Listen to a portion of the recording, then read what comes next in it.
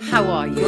I hope you are well. Everybody, Yes, I can. Yes, I can. Morning. I hope you can hear. I can't hear through the chat, but hopefully you can. Grand risings of your day. And may I start by wishing you a wonderful day. It's Friday, 25th of October, 2024, 9 a.m. British summertime. This is Wake Up with Sonia Poulton and guests, and I am Sonia Poulton, and I'm feeling fairly good, actually. Love it. The whole Rise fam are here. Oh yes, let's do this. I take it we are up and running, kids.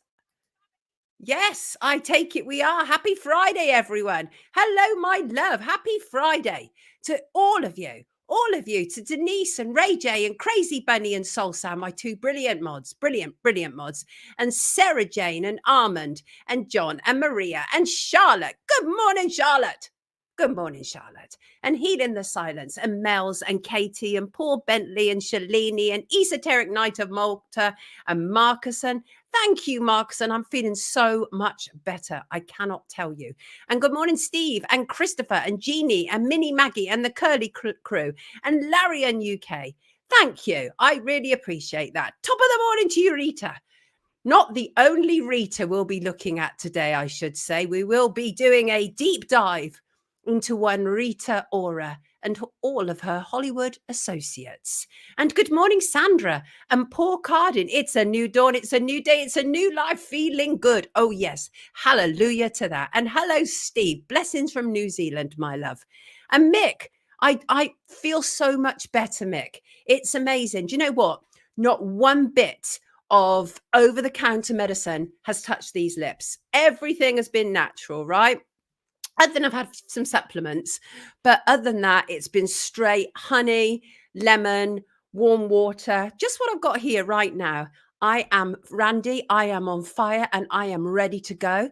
Yay, sounding back to normal. Yes, Marina. Well, kind of. You will hear a few coughs and splutters, but for the most part, I'm here. I'm feeling so much better. Thank you, Angela. Really appreciate that. Grand Risings, Awakened Spirit. And Soul Sound would like to just point out that hit the like button. Thank you, darling. Thank you. All appreciated. Good morning, Robert and Craig, Somerset Squirrel. I am so much better. It's such a blessing, isn't it? It's like there's nothing like being sick to remind you what being well feels like, right?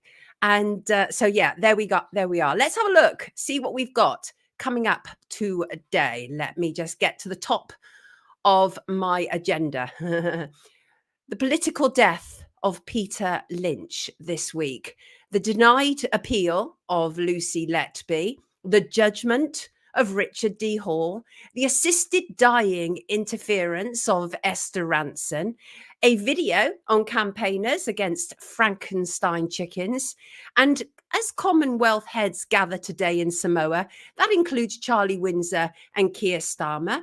And what is supposed to be happening to Kamala Harris today? I ask that because rather a lot of people on Twitter are absolutely convinced something is happening. And we'll go down the rabbit hole with Rita Ora and that infamous Weinstein and Winfrey picture. Actually, I started off there, and that's when I went down the rabbit hole. And of course, we've heard this week about charges regarding Abercrombie and Finch and the very serious assaults on male models, including drugging them.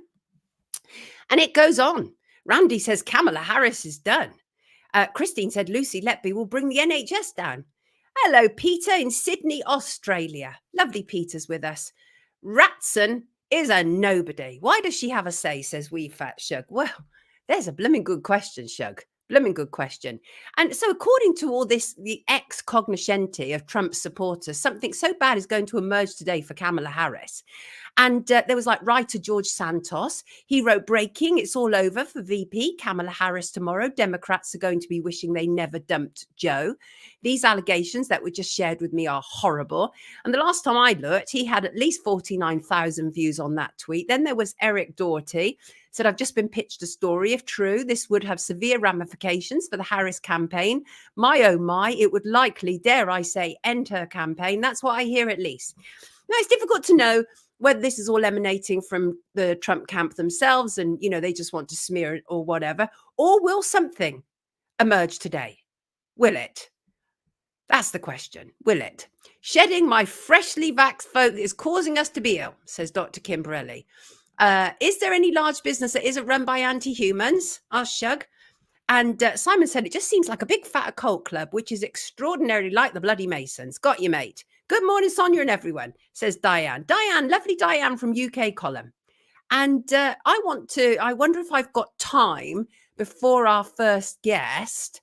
I might not actually. I tell you what, I'm going to do a very brief story before I bring in our first guest. And I will come back to the judgment of Richard D. Hall. Of course, the judgment of Richard D. Hall happened this week.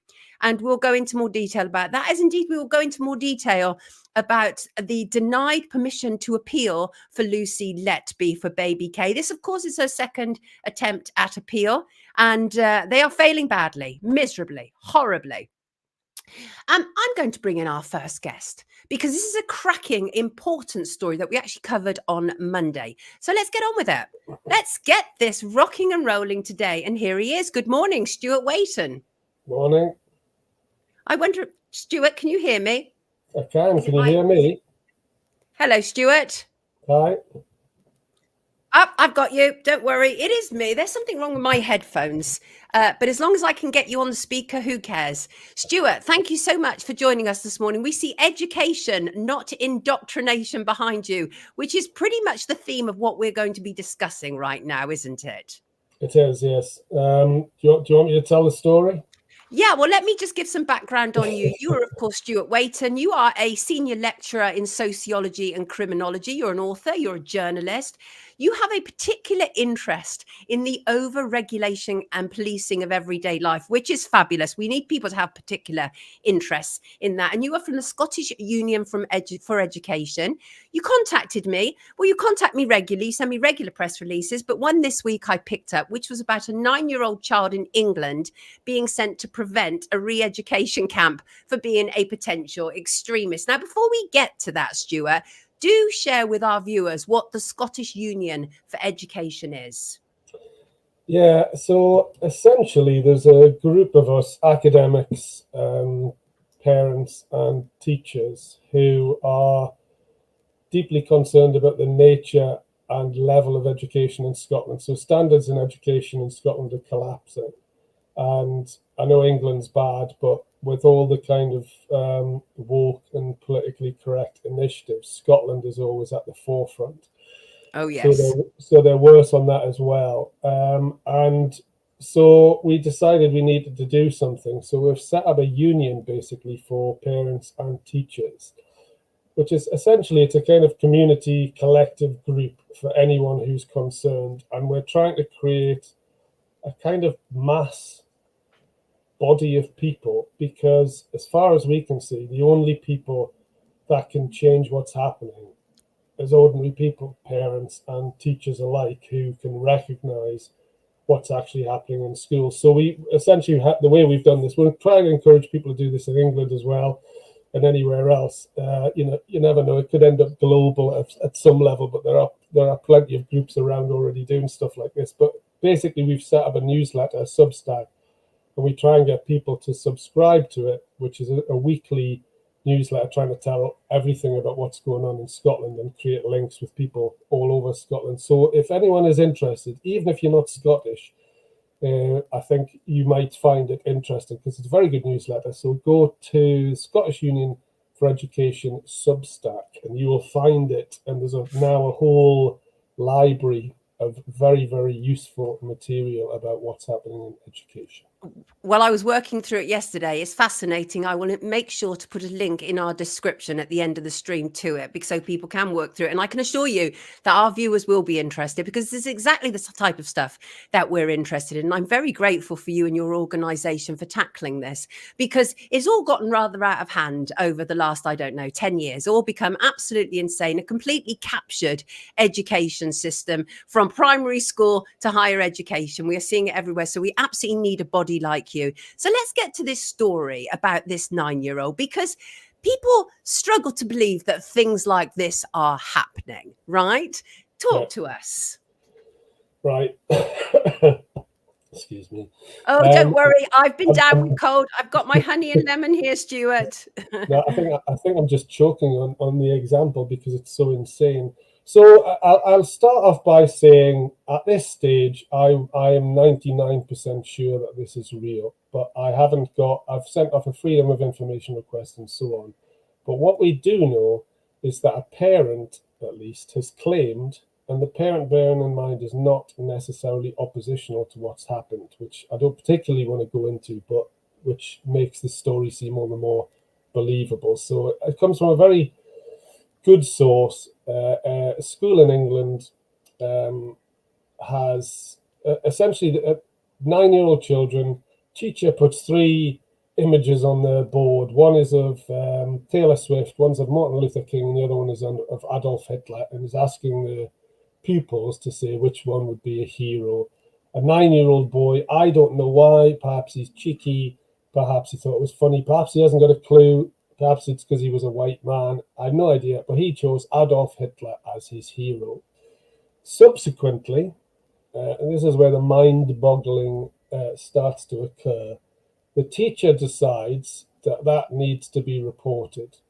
I'm assuming the head teacher then decides that that needs to be reported to prevent. So this is the anti-terror unit. So this child is now going to be sent on a 6 weeks course where he goes to prevent. Now, when I first heard this, I thought this, even though I trust the person telling me, I thought, really? And of course, you then look up prevent, and prevent works with primary children. So the levels of incredulity I have here are, I mean, it just keeps escalating. What are teachers thinking? Where is the teacher's sense of proportion? Where is the teacher's sense of personal responsibility here? What do prevent think they're doing? Do they understand what a child is? I mean, the levels of what are you doing here is quite remarkable. And the fact that an anti-terror unit thinks it's appropriate to work with primary aged children, I just find absolutely staggering. It is staggering. And as you say, it's been going on for a long while. And it's one of those things that people simply struggle to believe because it sounds mad. I mean, school itself is already enough indoctrination without actually then bringing on top all of these additional aids as well. But to deem a 9-year-old a potential terrorist is incredibly damaging. For somebody with your experience and skills, that must be fairly frightening. Well, I think what's very worrying about this is and we've seen this, I won't go into all the other levels this is happening, but we have a kind of, as well as the adultification of children, where you treat children like adults. At the same time, we have this kind of infantilization of adults who don't take responsibility. And I mean, it is ironic, isn't it? But there's a logic to it, that teachers are becoming less authoritative. And the less authoritative you become, the more you need the hard sort of line of the law, because you can't do it. You see, it's like there's a logic there. It's like you've relinquished responsibility. You're not really capable to have a strong sense of discipline and leadership and purpose and so on. And so the logic is that you can't really control classes, and even at levels like this, you don't really know what to do. So I suspect if I just went out in the street now in Dundee, just talked to 100 adults and said, do you think that makes any sense? 99 of them would say no.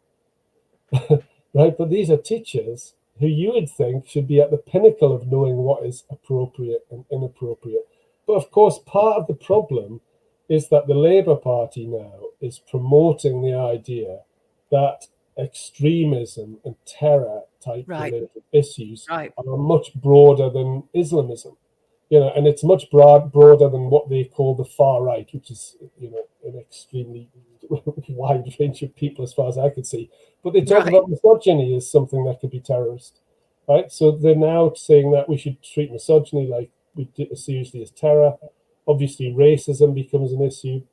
So essentially, the anti-terror unit are being used to enforce politically correct ideas on children. I mean, it couldn't get more Maoist and authoritarian if you No, tried. absolutely. As a lecturer in sociology, and I studied sociology, but so as a lecturer in sociology, is the whole idea of de-radicalizing children, is this new?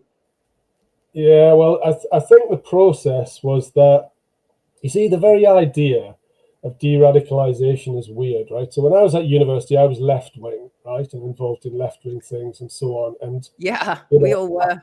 I would have been seen as a potential, a radical potential problem, and some of the people I knew and so on, right? But the government didn't think that they can de-radicalize me because they realized, well, you're an adult and you have a brain.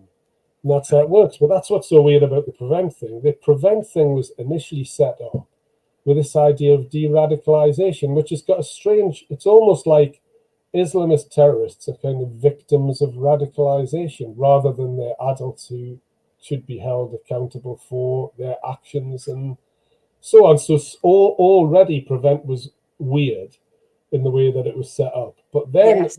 I think what happens is they think they can influence adults. You had the London Bridge attack, if you remember that one. There's a guy who was supposedly gone through a de-radicalization program, being all Yes. rehabilitated and so on. Jumps and he's at one of these sessions, decides to do a run and then stab anyone he can come near to. So that kind of put a little bit of a question mark, surprise, surprise, at the fact that you might not be able to de-radicalize adults by having a chat with them in a room or something. And then they started to put a bit more emphasis on universities.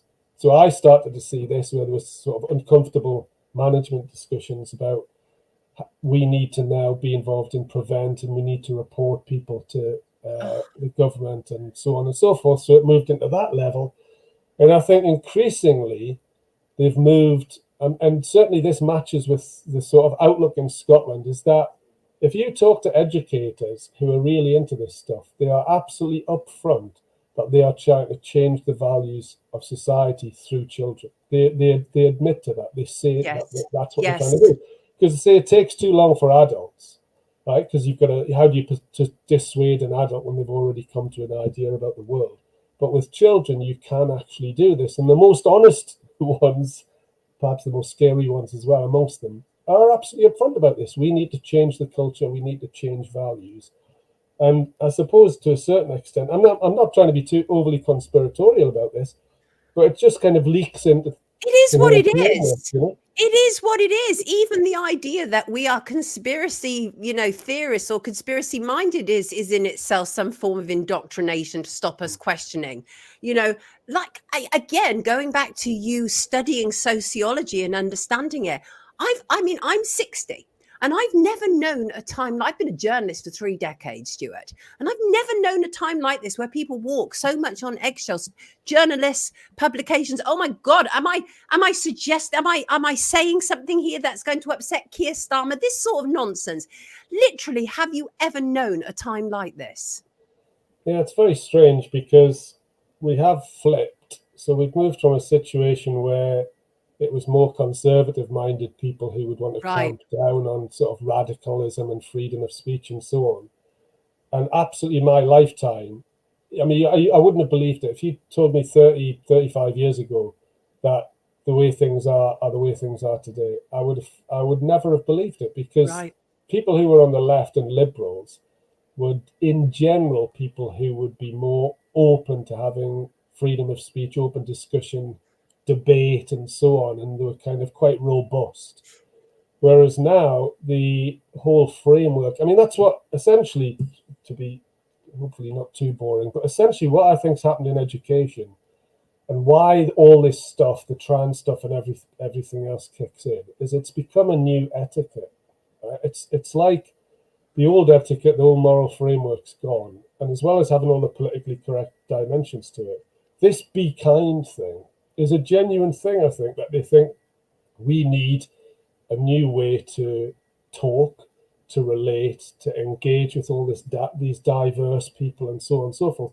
And you start to get this new etiquette emerging in schools, especially younger teachers. They haven't got a critical framework to look at it. They just think, well, we're being decent. The trans stuff, we're being decent.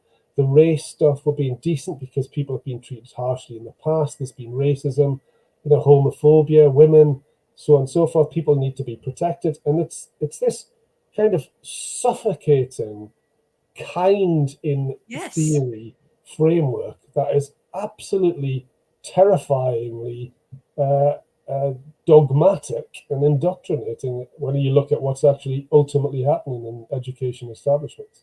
It's my experience that people generally learn, unless they're sociopathic or psychopaths, generally learn to regulate themselves. And certainly in places like the internet, as one example, when somebody says something really egregious, somebody else will come in and say, that's not okay. And they'll debate it. Whereas they want this big framework that actually controls us all. And it doesn't have to be like that. Yeah, and so obviously it's an agenda, isn't it? We know it's an agenda and we need people like you. There's nothing conspiratorial. I mean, there is. It is a conspiracy in its own right, but it's not a theory. It's a fact what is taking place. And we all should be concerned about it, shouldn't we, Stuart? We should. I mean, I don't think it is a conspiracy. I think it's a kind of long, historical, over 150 years, modern society has lost confidence in itself. Right. Lost a belief in authority. But nevertheless, the framework of what's happening, as you describe it, as absolutely correct. And I mean, as I say, you can see the results in Scotland. You can see the results in terms of the changing nature of education. Anti-racism now is they want to incorporate in just about every lesson and every subject, certainly.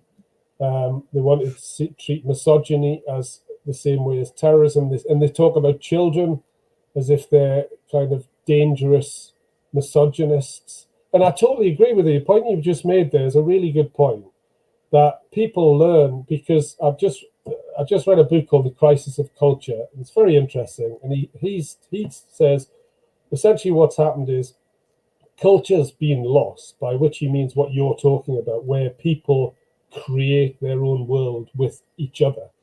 That's declining. And what you now have is a system, as he describes it a bit clumsily and sociologically, is a system of relentless normativity, right? By which he simply means rules, regulations, codes of conduct, law, disciplinary frameworks, language frameworks, and so on. And so you get this group of people in society enforcing or trying to enforce new norms and change the culture, rather than actually believe in freedom and people's capacity to actually make their own culture, exactly in the way you talked about. Someone acts like an idiot, someone calls them out, you're an idiot, right? Someone says this, you call them out, you check them. We have a kind of, and you trust people to use their freedom to ultimately get to a better place. And that is the fundamental underpinning problem with this whole framework, is that they do not trust people to have freedom in almost any area of their life. What a sobering thought to end this conversation on, Stuart, but it's a fact. And I'm very grateful for you joining us this morning and for the work that you're doing at the Scottish Union for Education. Do feel free to keep us up to speed with anything else that comes across your table and you think, oh God, that's one for Sonia. Please let me know. We'll happily bring you back on again. Everybody, Stuart Waiton, take good care of yourself, Stuart. Have a good weekend. Good to hear from you. Excellent. And yes, the madness of our world, really. That is, I think, important, what's taking place there. But we can self-regulate. We're not idiots. They treat us like idiots, don't they? They think we're fools, that we can't do this ourselves. Let me cover Richard D. Hall's judgment before we go to our next guest.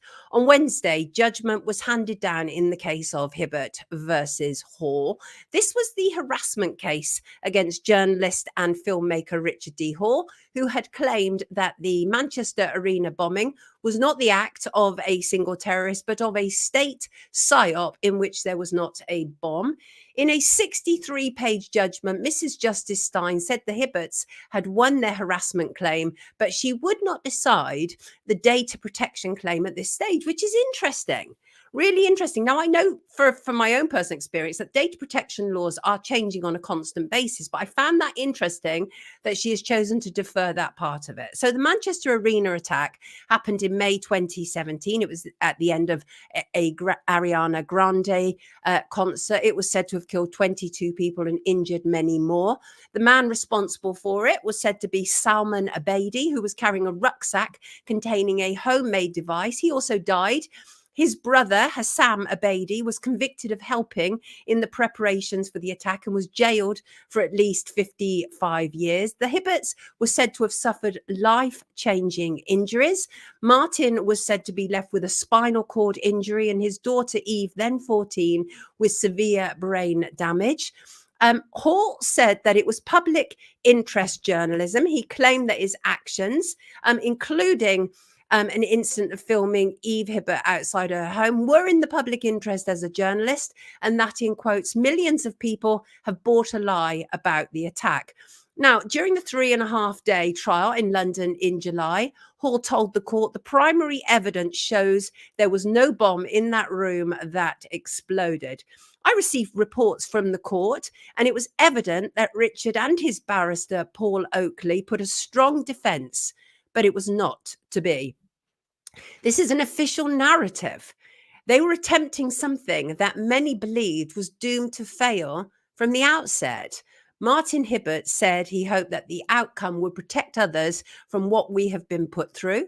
The judge, Justice Stein, said there was powerful evidence that Mr. Hall's course of conduct caused Mr. Hibbert to suffer alarm, distress, and anxiety. All of those are the markers of harassment in law. And it was said in court that the Hibberts were among those standing nearest to Abedi when he detonated his device. It was said to have been filled with 3,000 nuts and bolts.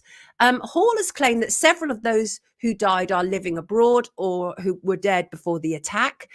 He told the court that he believed that no one was genuinely injured in the bombing. Barristers for the Hibberts, which was Jonathan Price, said the bomb had changed Martin Hibbert's life in every conceivable way. The Hibberts consider this, of course, a comprehensive victory. Martin Hibbert described it as such, the judgment. He said, "I'm really pleased with not only the overall judgment, but also the many comments of the judge as to how unacceptable Hall's behaviour was." He said, "It is a comprehensive victory for us." That's what he said. "I don't want to make much more comment until the final terms of the judgment are agreed in terms of settlements and hopefully an injunction being imposed. However, I do want this to open the door for change and to help protect others from what we have been put through in the future." And the lawyer said, "I will be discussing this with my legal team with the aim of establishing a new law in Eve's name." Now, I think we can all see where this is going. Okay, there'll be a public hearing at the High Court on Friday, the 8th of November, 2024. Time estimate, half a day. And this will be for remedies on the harassment case, determination of liability, remedies on the data protection claim, and costs. So there you go. A very loud establishment warning shot has been sent out to anyone else who wants to question official narratives, which obviously includes me. And that is the reality. I make no comment one way or another, but I know that Richard wasn't allowed to, essentially defend himself in so many ways. He wasn't allowed to present the evidence that he needed in order to be able to defend himself because this is an official narrative. It's already been set. All the unpacking that would need to take place in order to be able to acknowledge anything that Richard D. Hall may or may not be saying is almost too much to contemplate for the establishment. Stephen Hall has just got up. Welcome, Stephen. Welcome to the show. "You will never win their maritime courts," says Marcuson. Well, I hope you're wrong, Marcuson, because I've been in court myself this week. So I hope you're wrong. But yeah, Rich is in trouble. That is a horrible position to be in. And of course, let's not forget how that all came about. And that was the BBC targeted him.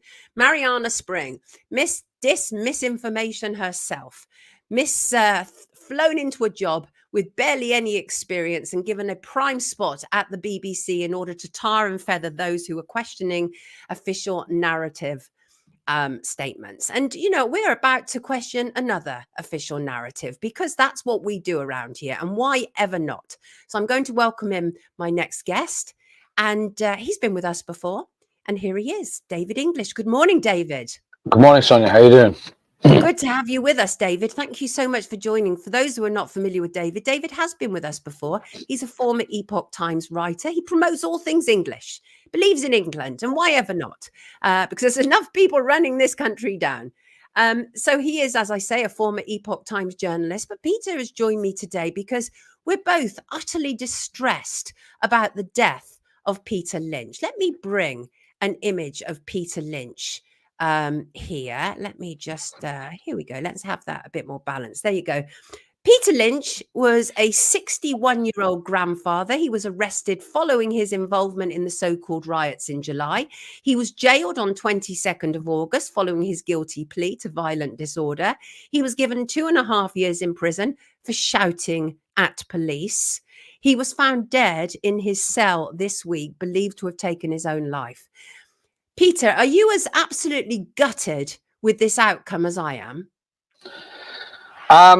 Yes, it's worrying. It's very, very worrying. I don't think he shouldn't have been there in the first place. I think there's a lot of questions need to be asked, and there will be an inquiry, but whether it'll be whitewashed or not is another story. Every suicide gets investigated in prison, but it's whether it'll actually get to the root of what happened, because you're not really going to throw yourself under a bus, are you? You're not. And the thing is, though, is I go back to what you just said, and that is he shouldn't have been there. He was a political prisoner. They are letting out far more dangerous people than Peter Lynch. We have no reason to believe he was dangerous. They wanted us to believe that he'd done things like set fire to a holiday, and none of those things happened. The most that we can discover that he actually did was shout at police. And Keir Starmer, with his DPP head on, super punishing, you're all far right, packed him off to prison. And I mean, can we begin to imagine what the prison conditions might have been like for Peter? Well, yeah, because I think the Sky News journalist, I forget the guy's name, he hinted that they would get a very, very rough reception. We know that the prisons are increasingly run by Islamist gangs. So given the fact that the entire narrative that was painted against him was almost an Islamophobic narrative, when actually I don't think I've seen anything from him about that. Everything he seems to be was anti-corruption. Well, look at this sign on its own. It absolutely is all corrupt. He's saying, you know, prime ministers, MPs, police chiefs, TV media, judiciary, deep state, Vanguard, WEF, Davos. I mean, this is a lot of what we talk about around here. He's not saying anything that lots of people are already saying. No, but I think it was just he fit the profile of the class that they wanted to punish. Essentially, these people voted for Brexit, and Labour have now moved away from championing the working class. And if you go back into the roots of Labour, they weren't getting any votes until they targeted the working class anyway. So it's always been a something that they fed off, because they haven't really done anything for the working class. So it's just he fit the bill of the people that they wanted to punish, which was essentially an older male gammon, for want of a better word. And yeah, he's a sacrificial lamb as far as they're concerned. But there's not just him. There's plenty like him. And I'm not saying everybody involved was innocent, because there were some real wrong-uns who should have got sent down, absolutely. But when I was a kid, if you shouted at the police, they would have just laughed at you and told you to jog on. You know, it's a whole different era. Do you get a sense? I come from a good, strong working class background, and my antenna for these things is really probably over sharp and oversensitive in some respects. But I do believe that there is an absolute hatred of the British working class from the establishment now, probably more than ever. What is your feeling about that? So I come from Consett, which is probably the deepest part of the Red Wall. County Durham, Yep. You can't get deeper than Consett. We used to burn effigies of Margaret Thatcher and stuff as kids. So I don't think you can get more Red Wall. I hear you. However, what we're seeing now is just a complete hatred of the English. Unless you're some sort of metro liberal middle class effeminate elite. They're just not interested. And the actual working man, he just wants a spade. He wants a spade. He wants to do an honest day's work for an honest day's money and be left alone. And they obviously abandoned them during Brexit because there'd been repeated calls for a reduction in immigration for about 15, 20 years prior. And nobody had heard, and they saw Brexit, all the polls showed Brexit was a immigration thing. And it's not based on race, it's not based on culture, it's based on economics, i.e. there's only X amount of money within an economy and you're watering it down amongst too many people. So everyone's quality of life goes down. But it's a cultural thing. Not all cultures rub together very well. All cultures should be there, but all cultures should be allowed to flourish. And you shouldn't be antagonizing cultures. But again, this goes back to the whole premise of everything these days seems to be rooted in Marxism, that you have to have this struggle. And it's just Peter Lynch is an unfortunate casualty. And I think he shouldn't have been there. He didn't do anything that was a jailable offense 20, 30 years ago. He would have been hauled in and given a caution and sent home. They might have even kept him in overnight and just said, right, behave yourself. It's on your record for 3 years, whatever, off you go. But the fact that he was, and the fact that it happened so quick, the fact that they were clearly threatened with, this is the quickest route for you to get out of prison because we're going to keep you on remand forever. Then the trial date will be offset. When I think there was a guy in Southampton, there was a group of them in Southampton or somewhere, who he actually got independent legal advice, and this kid come down and went, no, plead not guilty, and he was out on bail. So they've obviously strung on. There's something deeply gone wrong from the arrest all the way through. And I think for somebody to say, well, the judiciary operates independently, I don't think that's the case. It looks like the judge who sentenced them is a friend of Keir Starmer. So they're going to be ideologically aligned. And I think we can look at the left-leaning institutions we've had since the 60s. They said they would walk through the institutions, and they have. The Long March. And if anyone can't see that we have a left-leaning everything, then they're being incredibly naive. Yeah, incredibly naive. I was actually shocked when after and I keep calling them so-called riots because I've seen riots in my lifetime, right? And I know what real riots are like. And so I was shocked after that, the way that Keir Starmer came out and immediately targeted the people, far right, and the absolute attacks on them, rather than find out what it was troubling these people, because they know what's troubling these people and they don't want to know because it clashes with their agenda. I did a long form interview with Simon Elmer about the Great Replacement. And that's really what we're dealing with here. And that's what those people on those streets were talking about. But they're being denied that. So how did you feel when you first heard the attacks from Keir Starmer, most senior cop in England and Wales, saying even being there could result in you being in prison without bail? What are your thoughts about those things? Well, as an Englishman, it flies in the face of like 1,000 years of English constitutional law, doesn't it? Right. The freedom of movement is one of the key points that underpins England. It was so great that it became enshrined in the United States Constitution. So the fact that those rights are immediately, like, even if there was a kid jailed for just observing it, he just went to have a look. And yeah, Meadowell, that was a riot. And they burnt down the housing estate up here in the late 80s, early 90s, I think it was. So the fact that he came out that hard shows that A, he's terrified, and B, that it's a politically motivated position, because the riot that happened a few weeks earlier when the Romani family had their children taken into care through social services in Harehill, Leeds. Yeah, they burnt that place down. Nothing really happened. And if it did happen, it was so discreet because they don't want to upset the community. They're upsetting, they're tiptoeing around, a few million minority, but they're not afraid to upset 55 million native individuals. Right. And that, I think, is curious. We also had heard that Peter Lynch was actually really unwell when he was imprisoned as well, right? He'd had a heart attack earlier in the year. So, yeah, but he belongs to the other. He is the other. He is not them. He is the other. So he doesn't count? Yes, he is to be subhumanized. We all are, because we are the other. We are the ones saying, no, this isn't right. You need to stop. And this is where you get into that, unfortunately, for the past 30, 40 years, our ruling class has been increasingly occupied by malignant narcissists who can't see that what they're doing is wrong. They have no compassion. They have, even when they make a mistake, it's right. It's that whole thing about the CCP is always great, glorious, and correct. Even when it makes a mistake, it is correct in admitting that it made a mistake. It can never be wrong. So we have this thing going on with our politicians, and it's, you know, I genuinely believe Marxism is an infection. It's a mental infection. And it's ripped through. Even the so-called right of politics is infected with it. And they can't have compassion, they can't have empathy, they cannot emotionally project anything at all. Keir Starmer's talked about not having an inner monologue. That should be like a psychologically worrying hallmark of an individual.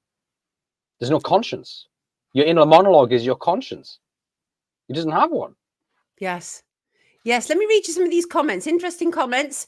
Really interesting comments. Ray J said, I've said it before. Let me bring that up. We're being forced to accept answers that can't be questioned and stop asking questions they can't answer. Curious, but it's true. If we're being put into an impossible situation. And here's another one that I think is absolutely relevant, and that is abuse a child and you get a suspended sentence. Shout hurty words, you're getting the jail. And that is the reality. And as one of our viewers pointed out, I think it was Shalini, and that was when all that so-called rioting was happening on the streets, people were also grieving and hurt about what had happened to these 3 little girls going for some holiday club, and then this happens to them. And so none of this seems to have been taken into account. It's like we don't count. It almost feels like, somebody said, a genocide of the white working class in the UK. It is, yeah. And if you look, I mean, that really hasn't been mentioned. The girls haven't been mentioned, the families haven't been mentioned, those who survived haven't been mentioned. It's been swept under the carpet, which is actually a really sick, disgusting thing, not only by the politicians, but by the media class. It is disgusting. And it's been swept under the carpet because it's uncomfortable. It's uncomfortable that their pet project, it shows that their pet project for over 20 years hasn't worked. And they don't want to acknowledge that it hasn't worked, because it has to work, because they did it. And if they begin to admit the crack in the dam, the whole thing falls down. But here's the thing. The English are a tolerant people. And you push us to a point, and if we snap, you're in big trouble. There hasn't really been, for 2,000 years, a better fighting nation than the English. The English enjoy a fight, full stop. But we're very good at it because we're intelligent. And if they push us to a point where we snap, all hell will break loose. And then they'll understand why the British Army is still, even though it's small and underfunded, is still feared. Even the American Special Forces are frightened of the British Special Forces. So it's mental. And you just go, why are you doing that? You've got... But that brings me to something else that comes up regularly around here that our viewers ask, and that is, do you think we're being deliberately provoked in order to be able to, because obviously, look what happened. Peter Lynch, provoked, jailed, dead, right? That seems like a series of events that were completely unnecessary. And that was oftentimes because people are being ignored. So I do wonder if we're being deliberately provoked. But the other thing that I want to ask you is, how much power do you think Keir Starmer really has?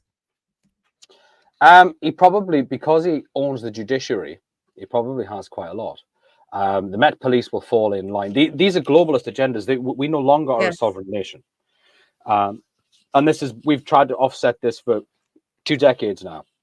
We could see that we're becoming less and less sovereign. There is obviously a global agenda. I think the recent exposure of the UK being involved in the election in America shows that it is a global club. There is a network, a hidden hand network that is global, that is going on, that is trying to control everything. So I think he probably has, through various networks, a lot of power, but he doesn't have the people. He doesn't have what I would class as a spiritual mandate. 18% voted for him. His support is probably 15%. Right. This can't last, and it won't last, and he will not last. And I think Jordan Peterson said it perfectly, that they've bent the universe out of shape. They're bending the universal order like this, and it's just going to do that. It's going to snap back so hard that it'll just clear the chessboard. And that's what they're not thinking. And this is what, I said to you earlier in the year, this is a low IQ government that's coming in. And it is, and we can see that now. I mean, Lammy's just a disgrace. But they can't see they're not intelligent enough to see that, look, you can be devious and you can be malignant, but you can't see that actually this will get you to 18 months, 2 years, 3 years, and the people will just completely wipe you out of office. Yes. Yes. And, but it's a terrible state of affairs. I mean, the thing is that in reality, Peter Lynch and I may have had things that we agreed on and things that we disagreed on, but no way on earth do I believe, A, that he should have been in prison, and B, that he should be dead. And I'm deeply concerned about it. And I'm also deeply concerned about what sort of investigation or inquiry into his death will take place, because I can't see the truth coming out.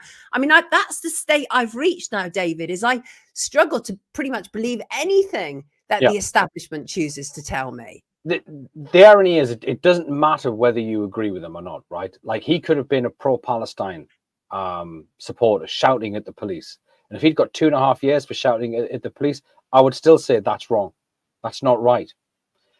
It's the principle. It has to be applied fairly and equally. And what we're essentially getting is almost childish responses. This is how children react. This is not what the judiciary of old acted like. It's just out of, and when pedophiles are walking free, and you have to remember that you sympathize with that which you can empathize. We need to understand that, like, because you humanize the individual and you understand their struggle. So you are lenient towards that with which you can empathize, and you can only do that with if there is some sort of common bond. There is something deeply, deeply sick and wrong at the heart of our government. If you're going easy on foreign criminals who are bringing in, and look, I'm not a racist man by any stretch of the imagination, and every Muslim I know is saying the same thing, by the way. If you're going easy on foreign criminals walking into this country and child rapists, then there is something sick in your mind. There is a principle that I think it's a Buddhist principle: failure to punish evil while failing to protect the righteous is a sin. Oh, wow. Wow. I mean, that's what a sobering thought. I mean, but that is the reality of what we're dealing with. I mean, where can we all go from here, really? Obviously, there's the whole march tomorrow, the Tommy Robinson. I think he's handing himself into the police at 3 p.m. today. Yeah. What do you fancy his chances? Well, I think it's a done deal. I think even if he came up with, he was sat next to St. Peter in heaven and he did nothing wrong, they'd still send him down. They don't like what he's saying because it's uncomfortable, and he blows apart their entire narrative, and they'll throw the absolute maximum they can at him because he's an uncomfortable truth. And I think what we have to do is we have to explore every peaceful avenue possible. We have to use the ballot box. We need numbers, shows of support, because it's mixed. It's not white English people, because what we're talking about here, and everyone tries to make it into a race war, and it's not even a culture war. It's a moral war. These are lines of right and wrong. You're right. And anyone who's decent can see it. That's why these marches are mixed. They're mixed marches, because everyone's like, hang on, I'm fed up with this. I don't want this. I don't want my wives being groped and laid out. I had a situation in the supermarket the other day where I thought I was seriously going to have to take out a group of men who were behaving unsavory towards a grandmother and a child. It's like, why am I having to live like this? They shouldn't be here. Yeah, none of us want that. None of us want that. But you're absolutely right. But the division is used very carefully, isn't it? And that is that, dividing up men versus women, dividing up black versus white. Our cultures are being divided up. But I think for the most part, what we're also dealing with is issues of class. It is largely issues of class, is it not? Well, yes, but it's a new class. So ironically, the bourgeoisie is the class that's become the problem. Because in my experience, the absolute upper class and the lower class are in alignment. They have the same they enjoy the same pleasures, they enjoy the same things in life, they enjoy their hair coursing and all the rest of it. But it's the people in the middle who've created this false sense of reality, and it'll only change when it begins to bite them. The recession that will come, and it will come because they've pushed off the financial effects of COVID. Really, we've had bits of it, and if Trump gets in, they'll collapse the entire thing on him to say he can't handle an economy. When that recession comes in, the money's going to start drying up. That's when the middle class will go, hang on, I don't like this. And it unfortunately won't change until that lot goes, because that's inflating Labour's numbers above 10%. But it is a class war, but they've created a new class. But this class they're effeminate and low IQ, if you ask me. Devious, but there's no real strength or bite in it. They're just there because they've manipulated their way in to the system, and you only get into the system unless there's something on you. They're absolutely ridiculous. Those kind of middle class, trust fund activists. They're absolutely ridiculous. No idea of what's really going on the ground at all. Look, David, I want to thank you very much for joining us this morning. And I think both of us would like to say rest in peace to Peter Lynch, and a life absolutely wasted, very, very sadly. Take good care of yourself, David. Thank you for joining us. Thank you, Sonia. Pleasure as always. Thank you. Wonderful. Thank you so much. Yeah, it's so wrong. I can't accept that what has happened to Peter Lynch is okay. Like I say, even if in real life, me and him would clash, I can't accept it's okay. Woken Flower doesn't trust Farage either. No, same. Rest in peace, Peter, says Soul Sound. What's his calf? I refuse to allow my teenage daughter to go anywhere on her own here in concert. Oh, you're a concert too? Yes, you are. Due to the amount of unsavory men walking around the area. Starmer is hardly any worse than his Tory predecessors. To make this out to be party political is disingenuous. Evad, come on now. I cannot believe you're saying that. Look at what he's done since he's been in. I mean, I'm certainly not a Tory. I literally was raised on the left. I voted Labour pretty much, all my life until I stopped. But I completely disagree with you. It is clear that he's been brought in to up the ante. And obviously, Tories before him, absolutely horrendous, hideous. I don't believe it is political. Actually, I believe that they are two cheeks of the same bottom, frankly. Rest in peace, says Brett. Shalini says, rest in peace, Peter, and God bless his family. They must be going through absolute hell. Thank you, Soul Dad. Thank you. Feels nice to have short hair, actually. Long hair carries lots of stuff, doesn't it? And it's not always good. Right. Before we bring in our next guest, can I look at this Lucy Letby situation? I find the whole case really, really curious. She is, of course, a convicted serial killer. And her bid to challenge her latest conviction for the attempted murder of a baby girl has been dismissed by the Court of Appeal. Lawyers for the former neonatal nurse applied to appeal against the conviction in July for attempting to kill the newborn, known as Child K, which followed a retrial. Letby had already been found guilty of murdering 7 babies and the attempted murder of 6 others at the Countess of Chester Hospital between June 2015 and June 2016. 3 High Court appeal judges, Lord Justice William Davis, Lord Justice Jeremy Baker, and Mrs. Justice McGowan, said at the start of their ruling they would refuse permission for Letby to challenge the conviction. Interestingly, a fire alarm briefly interrupted the ruling at the Royal Courts of Justice, like sound the alarm or what. And the ruling said that the Court of Appeal had taken into account the unrivaled experience of the judge, Judge Goss, in charge of both trials, and the steps he took to ensure the second prosecution was fair. Now, the permission to appeal was based on the whole idea that the trial was unfair, that it was prejudiced, that Lucy Letby's lawyers argued that her retrial was unfair because jury were prejudiced based on media coverage from the original trial, which ended in August 2023. At the Court of Appeal, her barrister, Benjamin Myers-Casey, currently representing Letby, had told the court that the original trial... her original trial in 2023 covered an exceptional case with exceptional media interest, which could lead to exceptional unfairness. And I would argue that it did. Actually, I don't believe it was possible for her to get a decent retrial after everything that had happened and everything that had been said about her and the lies that had been spread by like Murdoch Press as one example. And there was a huge media impact on the trial. I'm absolutely certain of it. And the lawyer said, we are dealing with the impact of media coverage and public comment arising from the first trial upon the second.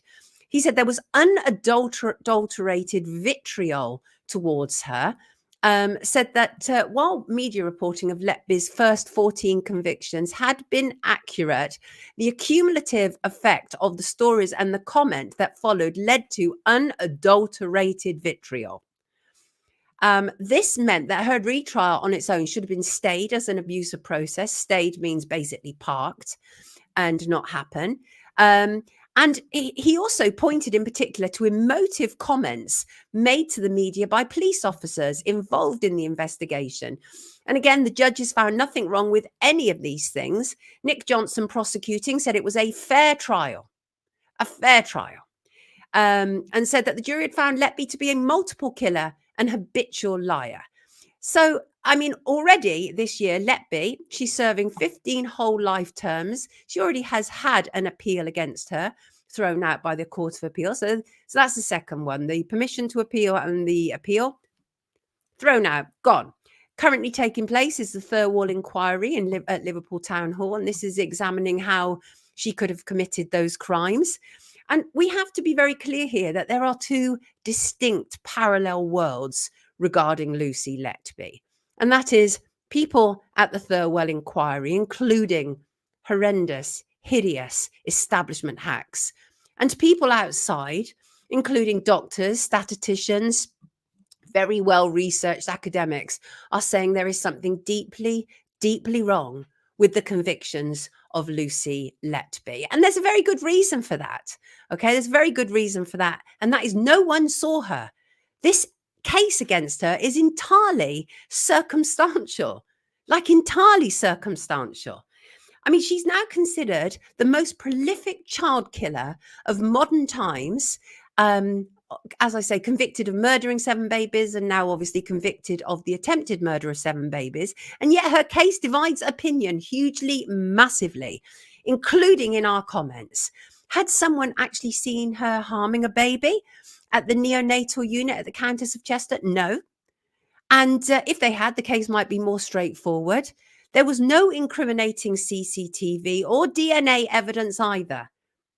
It was entirely circumstantial, and it's something very wrong with it. And what we actually have seen during the Thirlwall inquiry is that there was evidence that was held back by the Crown Prosecution Service, evidence that was not admissible or ruled inadmissible. And it's a pretty dire state of affairs. And I have to be really clear here. None of this takes anything away from the pain that the parents must be experiencing. But I also know, and it's a big but, and that is there are massive question marks over whether they have the right person or if indeed there was a person at all. There were huge problems at that hospital. And the one thing that these dear darling babies and their parents deserve is the truth, the absolute truth. Was Lucy Letby a scapegoat for failings within the National Health Service and at that neonatal unit where there were problems, so many problems, including with sewage works for babies, some that had been born only weeks old and were extremely vulnerable? I believe Lucy Letby is a scapegoat for failings, wider failings. What do you think? Tell me in the comments. Tell me in the comments. Let's have a look. Let me have a look at your comments. Got so many comments this morning. I love you people. You're so need a deep. Oh, Diane is talking about river deaths. We've talked about this, Diane. We will return to this. I worked in 2 hospitals, says Robert. Not nice people. I'm sorry for the parents. She's a patsy. Yes, Shalini, I am desperately sorry for the parents. And some people go, how dare you question it? And don't forget the Thirlwall inquiry started with Lady Thirlwall essentially saying that those who were asking questions were hurting the parents all over again, to paraphrase her. Absolutely not. The parents deserve the truth. They don't deserve a scapegoat. I'm going to bring in my next guest very shortly to discuss really global fascism, the Pied Pipers of it, and other things of great interest that I know you're all going to love.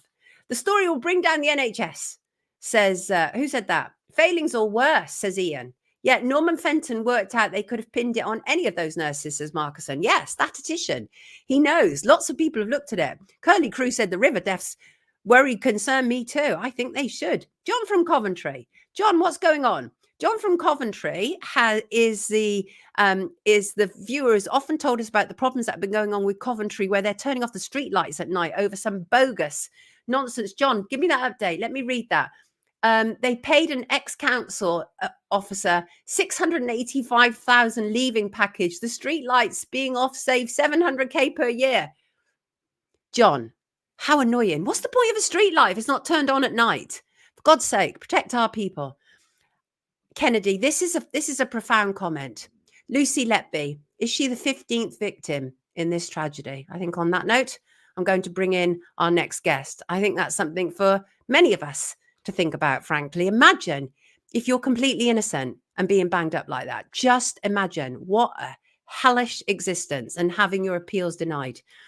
Let's bring in our next guest. Here he is, Johnny McNeill, aka Gaslighting Gilligan. Good morning, Johnny. Good morning, Sonia. Thanks very much for having me on. Pleasure, absolute pleasure. Well, you are an interesting character, very interesting character. No, you are. You said you've been beavering away, right, since 2017 under the name of Gaslighting Gilligan. Of course, I love the name Gaslighting Gilligan. What's it about? It's essentially my dystopian fiction, which I've taglined a paradigm shift in the meaning of domestic abuse and the Atlantic Bridge to 1984. As I say, I put it out in 2017. Prior to that, on the 12th of September 2016, I had cause to basically start monitoring mainstream media for psychical, repetitive narratives, many of which appeared to have nothing to do with one another. But as I came to understand, there was a pattern and a purpose in how interconnected many of them actually were. So I wrote the book as a dystopian fiction at that point. I was writing it on personal accounts, but I changed the tack altogether. And what I did with that book on the 25th of June 2017, I went to Berlin. I flew over on the 23rd, but on the 25th of June 2017, having been in Berlin, I successfully warned off the Bundespolizei, so the federal police, and the Irish embassy in Berlin what I saw coming. And essentially that was British American led Five Eyes stroke, WEF, Orwellian, global fascism, however you want to phrase, these cartels, I guess. Of course, they thought I was mad at first, because what I saw coming was how they were going to militarize. Now, it might not be, a conscious thing in many people's minds, but back then, late 2016, early 2017, there was a huge WannaCry cyber attack which took place on the NHS. I've just been hearing you talking about that, and on the Houses of Parliament computers. And that attack actually happened on the 23rd of June, and Iran got the blame for that. Now, what I could see coming was, I actually thought they were going to do it at the time, but what I could see coming was, I think now it would have been, with everything we've had since with COVID in particular, was a staged mock-up, if you like, but it seemed very real to the general public of a sinking of a Trident sub within the Clyde. Okay, so essentially there'd have been this false flag narrative to actually begin to militarize not only the Trump presidency, but also Brexit Britain. Now, knowing in 2017, when I warned Berlin, I knew they had to militarize. Now, even in the most kind of basic level, if you're going to cut yourself off from your main trading partner, the European Union, then and essentially charge 100% import-export tariffs and 100% import-export checks, you're going to create utter chaos. So in 2018, it was inadvertently revealed by a well-placed photographer who photographed a document called Operation Yellowhammer. That was September 2018. So I thought at that time, right, surely people will see that that Brexit needs militarized. So essentially from that, I knew this, you know, it was like a confirmation of what I already knew. But all the media did was normalize the concept of militarization in order to support Brexit, to support democracy. But if you've got the military on the streets trying to, you know, maintain broken down food chains, and everything that entails, then the military are never going back to barracks, ever. Right? You cannot have the military on the streets and still claim to be a democracy. No. Now, anybody who knows about these things will know that the British... Oh, by the way, I'm ex-British Army myself. Well, now, see, that's what I wanted to just interject there, just to say, give people an understanding why you understand about militarization. Yeah. As I say, I'm an ex-British Army Sergeant Major. And so I know full well that the British military do not have the resources to sustain, never mind initiate a deployment, certainly not to sustain one, not a chance. And so this is where it doesn't matter if it's going to be, you know, Trump or Harris now, it's all the same Orwellian cartel. To basically, so it would allow the UK government, Labour or Tory, doesn't matter again, to call on US support.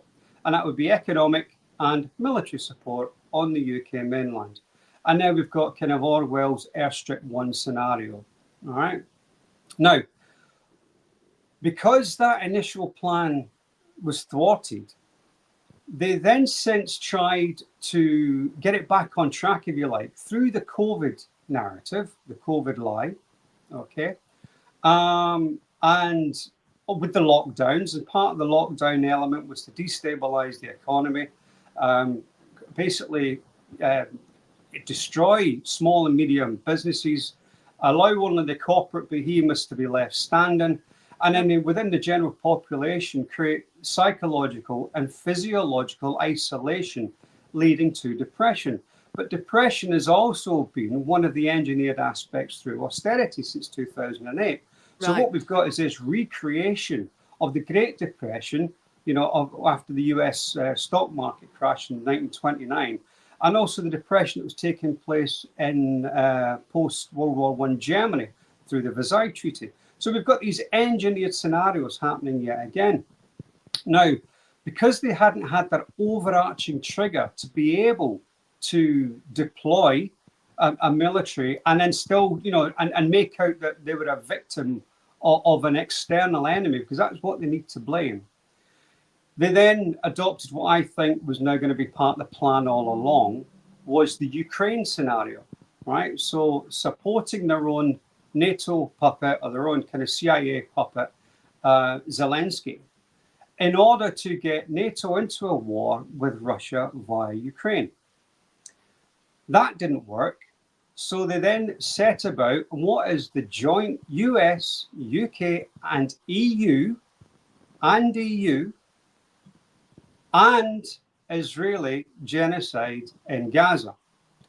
This was is an attempt to try and draw Iran in to protect the Palestinians, create a regional war there, and then in doing so, have the excuse for the US and UK to back Israel, as they're doing now anyway, with arms and with arms and money. And so, what that would then compel Iran to do would be to call in their strategic ally, Russia. And so then you're back to the same scenario again, and then what would happen is that war would be spread to the pan-European theatre, beginning in Ukraine. And then that would come across Europe. Now, because this has all failed, I'm sorry for hardly letting you speak here, Sonia. No, listen, very clearly, Johnny, I love to see my guests. I said this to you. I love to see my guests in their element. I think it's really important. And oftentimes we don't get to hear enough voices like yours. And so you absolutely have the floor. I will jump in every now and again. And one of the things I want to say is, so do you think we are absolutely, obviously what you're talking about is the poking of the bear. But do you think we are absolutely being drawn into a World War III situation? Oh, absolutely, and they've been trying to do so since 2017. And what we're actually witness is a construct which is failing, and it's desperate.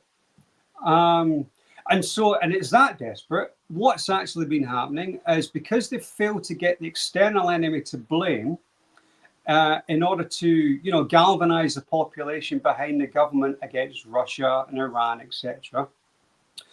They've been trying to blame the general population. So a joint media and corporate and media and political effort to blame the UK population for their own planned Operation Yellowhammer militarization phase. And they're especially going to blame the men. This will become pertinent in a wee second, right? Now, it's the men who hold the key to the streets, right? It's not the women. It's the men who hold the key to the streets, right? And so what took place, because they couldn't get their external enemy, then we had the Southport stochastic terrorist attack, right? That was a stochastic terrorist attack. Now then, after that, we then had the subsequent engineered race riots. That was an attempt to try and blame the general population for their own Operation Yellowhammer militarization trigger, right? Now, why do I highlight blame the men in particular, right? It's because what I want to do, right? So Joseph Goebbels said, a medium system wants an ostensible diversity which conceals an actual uniformity. So we've got these so-called left and right, political sides, and there's no such thing. It is the one media, a corporate and media and political class. Now, if you think about their uniformity, right, on COVID, on the lockdowns, on the so-called vaccinations, all right, on supporting Zelensky, and we were all supposed to support Ukraine against Russia. Yeah. And the media's and political protection of Israel and its as it goes about its genocide in Gaza. Fact. Their omission since now they did actually try and tentatively trigger Operation Yellowhammer in 2019, but they pulled back from it. Since when, they've gone silent. It's been radio silence on Operation Yellowhammer because they need us to forget all about it, that it's even a thing, and then in preparation to blame us. Now, the uniformity of COVID, lockdowns, the vaccinations, Ukraine narrative, Israel narrative. There's an aspect that's got the potential to bring this all down if people would just wake up to it, right? The violence against women and girls and Me Too is in itself a 21st century white feather women campaign. It's designed to mass demonize and dehumanize men in order to drive men. Now, the white feather women, basically was the suffragettes who they were all riled up in the same way that women are getting riled up today with the LGBT and all the trans, the men being allowed access to private spaces and changing rooms and toilets, etc. The waspy women, who have been denied their pensions. So all these things, which are basically women are being targeted for. Are we being played? Are we being played, absolutely, Johnny? we are being played.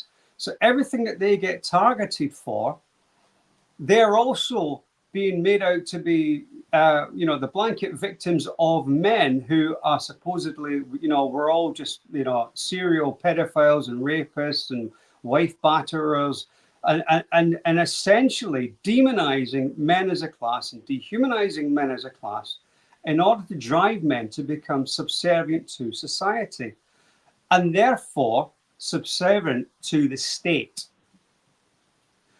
So, and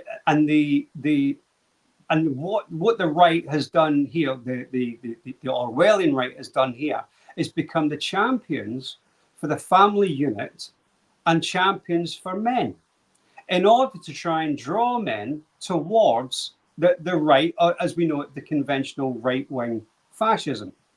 And so men have either got a choice to find the sanctuary, you know, or their self-esteem and society's respect in a military uniform, are failing that, they'll be interned, imprisoned.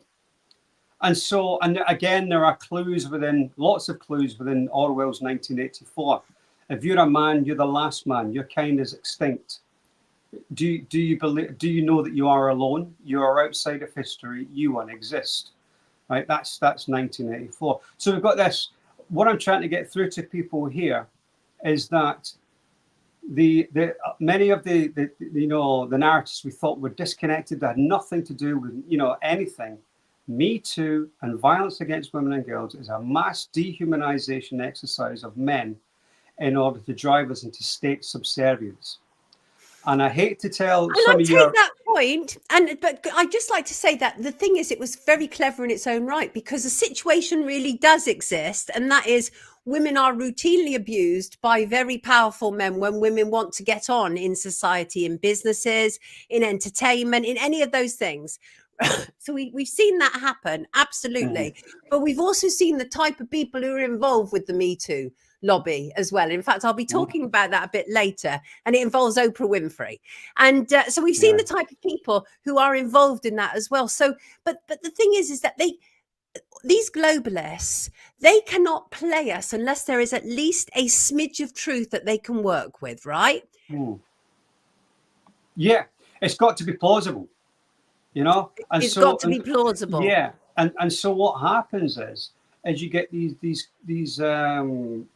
concentrations of you know, rapists, let's say. So people are pedophiles who have, you know, who was the BBC, the Welsh BBC commentator who's just been caught for paedophilia, and he was what, Hugh Edwards? Hugh Edwards given a suspended sentence. So yes. The way they agitate, and that's the key, to agitate the population. Agitate. I cannot stress that enough. This is a good comment. I take that, and because there's a lot of provocation that we're facing with. We live in a persecution for profit society right now. That's Absolutely. An interesting comment, isn't it? Yeah, because the and you know, Gaslighting Gillian is a free download, by the way. So in there is the human misery go round, and the you know, the corporate capitalization of human misery. There's a lot of profit to be had in human misery, whether that's through illness, whether that's through war, and so yeah, go and have a look at the book. There were a lot. Sorry. No. I mean, I'm starting to understand more and more why you chose the name Gaslighting Gilligan, of course, because a lot of the time, you're familiar with Dr. Bruce Scott, aren't you? I've talked to Bruce often about menticide, and menticide is sort of that same thing, isn't it? Are you familiar with menticide? It's the same kind of thing, isn't it? But the thing is people in the comments are like, this is it. Here's what Mel says, right? Mel says, interesting angles. I need to look into this more. I'm sure we are all being played, but to what extent? Any idea to what extent? Yeah, everything we perceive as being real has been, you know, thwarted, has been warped. So there is an element of plausible truth in aspects of what it is that they sell us, but from a slightly different perception, just the Gaslighting Gilligan perception, you can see how the engineering takes place to drive predictable emotional behavioral responses. We are very predictable in groups, in mass groups. We really are. That's how psychology is a science, because it's measurable, it's observable. Human beings generally tend to respond in a number of, you know, routine ways, and so they absolutely. I mean, we should be under no illusion whatsoever that the people pulling the strings are not idiots. They may be horrible and they may be evil and they may be wicked, but they're not idiots, and it's not errors they're making. People often think that the experiences that we're having, Johnny, are down to them being incompetent. How farcical is that? It appears incompetent because they're failing. Yeah, they're like you said, they're very clever, very, very clever people. But what's been happening, as I say, over this last 7 years, is we've been able to get, you know, a look under the covers, as it were, or pull their Yep. mask off ever so slightly, to the Yep. point it's about to be completely exposed. And as I say, and as I was saying earlier on, hate to break it to, you know, those who perceive themselves to be more on the right wing, but Farage and Trump are Pied Pipers themselves, right? Under their, you know, their anti-establishment guise, what they did was create the vacuum on the far right, the political vacuum on the far right, with all the rhetoric, in order to allow the true power brokers, the 1%, you know, billionaire class who own our politics and media, to fill that vacuum with fascist legislation and policy. And they're not. Nobody's coming to the rescue. There is no savior coming to the rescue. You know, we are on our own, but we're on our own. But we make up, 99% of the global population. So we're a powerful beast ourselves. You know, We are. but we're so enthralled to our emotionalized loyalties. Yes, you're absolutely right. You know, You're sorry. absolutely right. So you offered some hope there, though. So, I mean, obviously, because we cannot do anything unless things are transparent, unless we know they exist. So that's my role. My role is about awareness, raising up things. This is what's happening, what we're going to do about it, people. Right. So, but you offer hope in as much as, do you get the feeling then that we are on course to eventually win this? Yes, I know we are. I have no doubt there's going to be losses. There's going to be violence before that. I have absolutely no doubt of that at all. I'd be very surprised if that wasn't the case. However, if people want to go and have a look at my piece, Warning Berlin 2017, the missing German federal and Irish embassy recordings. Okay. That is basically a rundown of that weekend and how it's all collapsing now. There's also Operation Yellowhammer, militarization of UK is inevitable. I've written that one. So there's various pieces. If your viewers could go and have a look at my interviews with Johnny Vedmore and with Rick Munn. Rick Munn's had me on a few times, well, 5 or 6 times, I think. Yeah. Oh, and so, by the way, so the latest Brexit deadline for hard Brexit is due the end of this month. So theoretically, they're due to trigger Operation Yellowhammer by the end of this month. But I wouldn't be surprised if they've postponed it something like 6 or 7 times, I think, the hard Brexit scenario, because they haven't been able to get their overarching external enemy, and they haven't been able to convince the general population that we are to blame, that we will be to blame for their militarization. See, now that's really interesting, obviously, because we've seen a huge clampdown online, haven't we? Online Safety Act, etc., all those things. Our freedom to associate, threats that if we're even observing a riot, quote unquote, we'll be arrested without bail. So it's all of this is huge chilling effect. But you say it's not really having the impact, the desired impact? They are failing, and they are failing desperately. That's lovely, though, to hear that. They are. I'll be careful how I word this. I think many of them will be very lucky to just serve life sentences after what they've done. I mean, this is really what should happen. I absolutely loathe, as a journalist, very long standing, I absolutely loathe the way these people are allowed to behave. Absolutely heinous in public office, and then just wander off, go on the book circuit, live very charmed lives. But you're saying that should change in the future. You believe that will change? That will change. That will change. And so, your viewers, if you would go to, gaslightinggilligan.com. I will make sure that we have links to your work in the description next to when you came on, so that people can read your work, because it's really extensive, and I think that your military background makes it even more interesting. You have a rich knowledge and understanding of what is taking place, and that's what we need. But I do believe that people are literally waking up exponentially since C19. I've never seen such an awakening take place. Yeah, and and part of the reason why it's taking so long, I mean, in the grand scheme of things, it's probably not that long. However, Yeah, my accounts have been suppressed. Facebook's already deleted one of my accounts. The one I'm running now under Johnny Berlin, that's being suppressed. My Gillian is being suppressed, and so also what else happens as well? I've got on all sides, right and left, mimicking my work and basically sanitizing my work. And then what actually happens is anybody going to to find out about certain things will, and certainly on search engines will get the kind of your Double Down News, your Novara Media, who are all part of the gig. They're all outriders for the same cartel, and so they're getting all the traffic, and mine's being strangled. Well, let's keep raising up your voice. We need more of this. And I like the positivity that you bring as well. And it doesn't feel as if it's sort of positivity without any understanding of the great fight, because we've got a fight on our hands. That's the reality. Oh, where's he gone? Has Johnny just left us? Johnny just disappeared. Is he coming back? There he is. Yeah, you're there again. Yeah. There you go. Yeah, no, we have a fight on our hands, no doubt about it. This is a good question. Let me just go back to it if I can just find it. Let me just see. Curious, yes. Brit Indian says, curious, how will it change? Who will do it? It has to be us.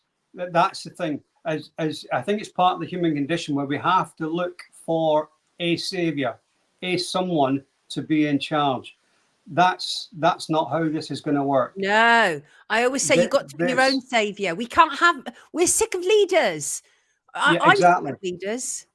Yeah, we are. Might sound like a cliche, and I don't mean it to be, but we are the change. We have to be. Yeah. And we have to, we have to take matters into our own hands.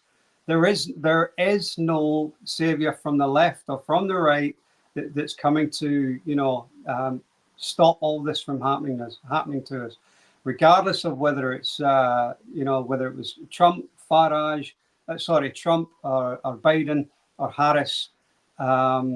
There is no savior. It is the same Orwellian full spectrum domination. That is what we exist in at the moment. And I believe we have done since the Reagan-Thatcher era. What do you think about voting? Because Beyond Belief says, I'll stop voting then. What do you think about voting? Yeah, it's easy. It's easy just to say that. And it's a fair question.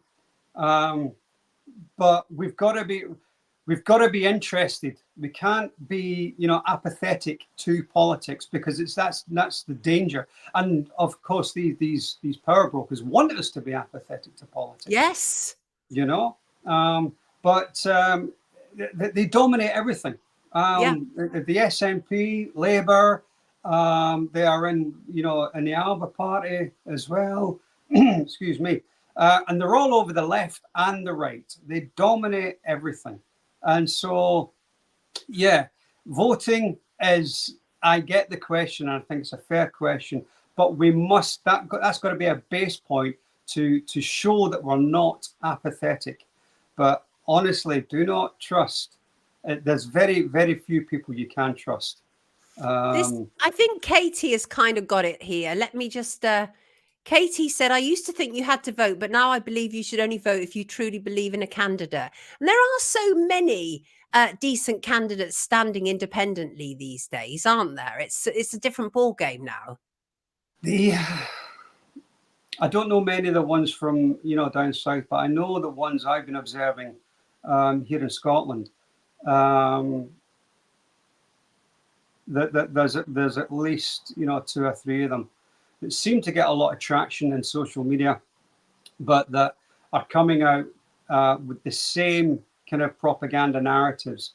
For instance, I know for a time they've been trying to push misogynistic hate crime, that narrative, in order to drive legislation, in order to drive, the ability to be able to criminalize men upon an accusation of misogyny. I mean, it's just, this is Kafkaesque stuff. It is. And so an accusation of misogyny theoretically, by criminalizing it, could lead to a prison sentence. And I've seen some of the so-called independents pushing that misogyny narrative. And so I'm less inclined to trust some of the independent ones. I think, you know, people who have been nowhere near power, political power within the community, but you know them and you trust them within the community, would have to be asked, you know, to be compelled to become, you know, political representatives. Because it's a case of starting again. Yeah, absolutely. But I do have hope. I have faith that we are, you know, that it's becoming so increasingly transparent that it's getting to the point now that people can't actually ignore what's taking place. You know, we've talked today, for example, about the political death of Peter Lynch as one example, and how Starmer just turned on people, like turned on the British people who are raising up valid questions and turned to criminalize people who are literally just asking questions. So we can see who Starmer is. He's an extremely punishing individual. But it's a question I asked earlier, and that is, he's not the powerful one, though, is he? No, none of the politicians we see in the public eye are, you know, wield any power in their own right. They are being directed. They're the puppets. They are being directed. Some of them are obviously more astute. Some of them are obviously more knowledgeable than others and know the agenda. Boris Johnson knew the agenda inside out. Yeah. But when his mask slipped, then obviously we saw, you know, the dangerous clown that he is. Yes. I mean, some people saw that, you know, for a long time, but it just became more and more stark as time wore on. But you know, he went along. Excuse me. He went along with the COVID narrative. So did Trump in the early days.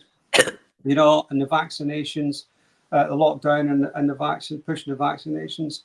They all went along with it. And one of the devious aspects of, certainly in UK, was when the lockdowns were being pushed, the right, you know, as we perceive the right confused. So they confused their own support.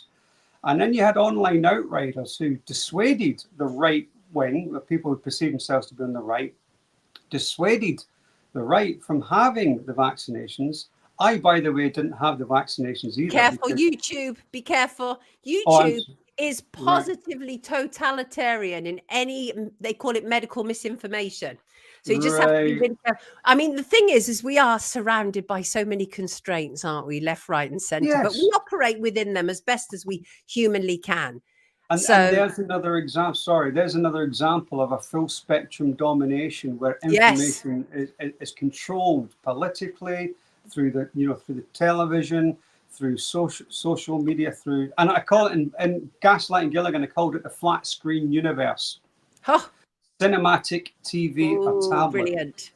You know, and by the way, gaslighting was barely known in 2016-17 as a term in its own right, you know, through domestic abuse. It came from like the 50s film, didn't it? You know, and that's where it was most famous from. 44, something like that. And but I can tell you with confidence, nobody had a clue about gaslighting in the media and political context, right?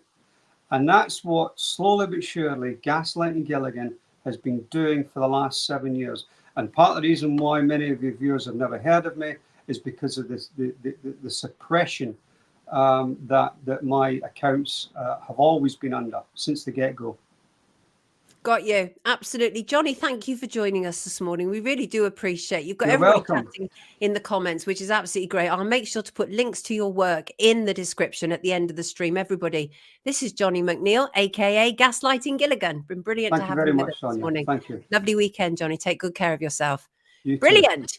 Wonderful. Excellent to have Johnny with us. And he was as interesting as I knew he was going to be, frankly. And yeah, what you got to say there in the comments? What you got to say for yourself, you commentators? What's this? YouTube, who's deleting comments? I love you, chat. Some of your names brilliant. Now hit the like button to make this interview spread, says our soul sound. Kate is going to follow Johnny. M says, great guest. It's all lies. Even gaslighting is telling lies, says Craig. Great man, thanks, says Ficus. And thank you, Johnny, says Short Order Cook. Lots of thank yous to Johnny. Absolutely. Good stuff. We really appreciate that. Appreciate it very, very, very, very much. Right. I have to just word of caution to you out there in the comments. I'm about to talk very briefly about my legal situation, and I would ask that no comments are made whatsoever about my legal situation in detail. Certainly don't make any comments about my legal opponents. But I was at the High Court on Wednesday for my own hearing, and I have done an update on my legal page, and it is in the description down below. And thank you very much for all your incredible support. I bloomin' love you people. I bloomin' love you people. But I was at the High Court on Wednesday for my own hearing, and I happened upon a group of lovely protesters outside. They were from the animal welfare charity, the Humane League UK. Previously had brought legal action against then Secretary of State for Food and Rural Affairs, Therese Coffey, arguing that she had misinterpreted a key section of animal welfare law concerning so-called Franken chickens. Now, these are fast-growing chickens which reach their slaughter weight quicker than other types. They are the equivalent of a 28-stone 3-year-old. The Court of Appeal has heard. And as I say, I happened upon these wonderful, wonderful people, and I'm going to play you the video. Let me just see if I've got it all queued up. I believe I have. Let's day. Hi there, so we're here to ask the government to change their laws around the use of Franken chickens, which are these like fast-growing breeds of chicken. They grow to full size, slaughter size, by about 45 days. So basically, you know, when you think about relatively speaking, they're basically babies. And we want the government to ban the use of Franken chickens. At the moment, around 90% of the chicken that is being bred for poultry in all the supermarkets, except ones that have committed to the Better Chicken Commitment, will be using these Franken chickens. So they're suffering, they're left to wallow in their own filth, they're left, you know, any of them that are kind of left dead and dying and sick, they're all left in the same area. They haven't got very much access to light. They have less, about as much space as an A4 piece of paper. And despite the fact that there have been some, you know, recent promises to expand this, it's not enough. We need the breed. We need the breed. So that's why we're here today, just to show the support, to show that this is what we as the, you know, the people, we want to know this, and as well just to raise awareness, because I don't think most consumers actually know about this. But yeah, so that's why we're here today, for the chickens. Brilliant. And that's why we're here today, for the chickens. Good on them, frankly, good on them. So what happened was in May 2023, Sir Ross Cranston, who was overseeing it, dismissed the legal challenge, saying that Therese Coffey had not positively authorised or approved unlawful conduct by others, so as to be in breach of any public law duty. However, on Wednesday, judges at the Court of Appeal in London heard a bid to overturn Sir Ross's ruling by the charity. The RSPCA is also taking part in the appeal, telling the court that it supports the Humane League's case. In written submissions, Nick Armstrong KC said the RSPCA considers that the suffering experienced by fast-growing breeds of broiler chickens now represents the most important animal welfare issue in the world. The barrister said that the scale of harm caused to 1.1 billion affected chickens was enormous, adding it cannot be minimized. Horrible, horrible stuff. Horrible stuff. The Department for Environmental, Food and Rural Affairs, DEFRA, is opposing the appeal. That will not surprise you at all. Its lawyers told the court that the Secretary of State has not acted unreasonably. Yawny, yawny, yawny. Richard Turney KC said in written submissions that DEFRA does not accept there is a scientific consensus that fast-growing chicken breeds cannot be kept without an impact on their welfare. So that's now concluded. Decision at a later date. The hearing was before Lord Justice Underhill, Lord Justice Mayles and Lord Justice Snowden. And a decision, as I say, is due at a later date. Awful.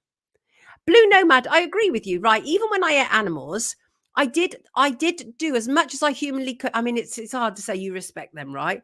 But for example, my daughter and I, we used to go to this kind of salmon farm. and do trout farm, and we go and do fishing, right? It's basically like shoot a fish in a barrel when you do it at one of those farms. But I taught her to do the whole thing, and that was catch, kill, gut, cook, and eat. And she saw the entire process. The thing is, when you go to supermarkets and you see clumps of meat, but it doesn't represent animals anymore, you're completely detached from it. And I think that even people who eat animals should respect where they're coming from. That's what I think, frankly. Yes, I do. Yes, exactly that. We need to thank the food we eat, plant or animal. Craig, what was that? I was involved in poultry in North America. It's industrial. Some of those images that we see of chickens is absolutely abhorrent. Why anybody would want to eat that, I have no idea. If you share, what's this, Shin? What are you saying? If you kill it, you may eat it. If you find it, you can't keep it. If you share it, you may steal it. If it belongs to Jar. Shinrian like that, we will eat far less meat. Oh, Stephen, are you okay? Cavan doesn't eat meat and has never had a cold or flu. Strange or coincidence? Got to be a coincidence, because I don't eat meat. And I've been bogged down with a cold. But I'm all right. I eat both, but I am not greedy. Do you mean greedy, Randy? Who's the same age? You're the same age as me? The last of the baby boomers, Mel's. Yes, indeed. Indeed we are. Right. People who squirm over raw meat don't deserve meat, says Fallon Fox. I got you. Kat says halal is meant to be more humane. The thing is that often what happens is people are up in arms about halal, but at the end of the day, have they actually gone inside these abattoirs? Because some of the things that happen to animals in abattoirs is absolutely awful. Beats and Tapes is sorry, not sorry, I eat meat. Just so you know, Beats and Tapes, I do not judge people. I'm like in the same way as when I gave up, smoking cigarettes after 27 years. I didn't become a born-again non-smoker, and I'm not a born-again non-meat eater, right? I believe that everybody has to follow their own path, and this happened to be mine. And there you go. That happened to be mine. Crazy Bunny eats meat, but not a lot. And M says certain blood groups can go without me. I am not one of them. I wonder if that's rhesus negative, M. I'm a rhesus negative. Boom away, says Craig. Boom away. Anybody see the press conference last night to do with the Menendez brothers? That's fascinating, right? So it is looking increasingly likely that Lyle and Eric Menendez may actually be freed from prison before Thanksgiving, which is at the end of November in the States. This is the power of TV. Of course, Eric and Lyle Menendez, they were convicted of the murder of their parents, Kitty and Jose. And Netflix has done a documentary series in which looks into what happened to the boys, how they were very, very seriously abused by their father with the complicity of their mother, because she just enjoyed the lifestyle. Father had become a rich, powerful music executive, and they were living what, to all intents and purposes, was the American dream. The boys were handsome, they were healthy, they were sporty, they were talented, they all lived well in a beautiful mansion, and everything looked gorgeous on the surface. But behind closed doors, the boys were being abused, badly abused, and the mother was turning a blind eye to it. And the mother abused them too, but that was not shown on the doc. Crazy Bunny, I know that is what's said, isn't it, often, that she was involved in that, and they didn't cover that in the documentary, so that is interesting. How can you be born again, says Vanessa. Lord knows, Vanessa. Episode 44 already, Jan points out. Yes, absolutely. Absolutely, Jan. Yeah, so I think they should be freed. I don't think that they pose a problem or a danger to anybody else other than the two people who abuse them. And I really think that we need to look at this more, the issues of abuse and the impact it has on children in the long term. Synchronized Soul thinks they should be free.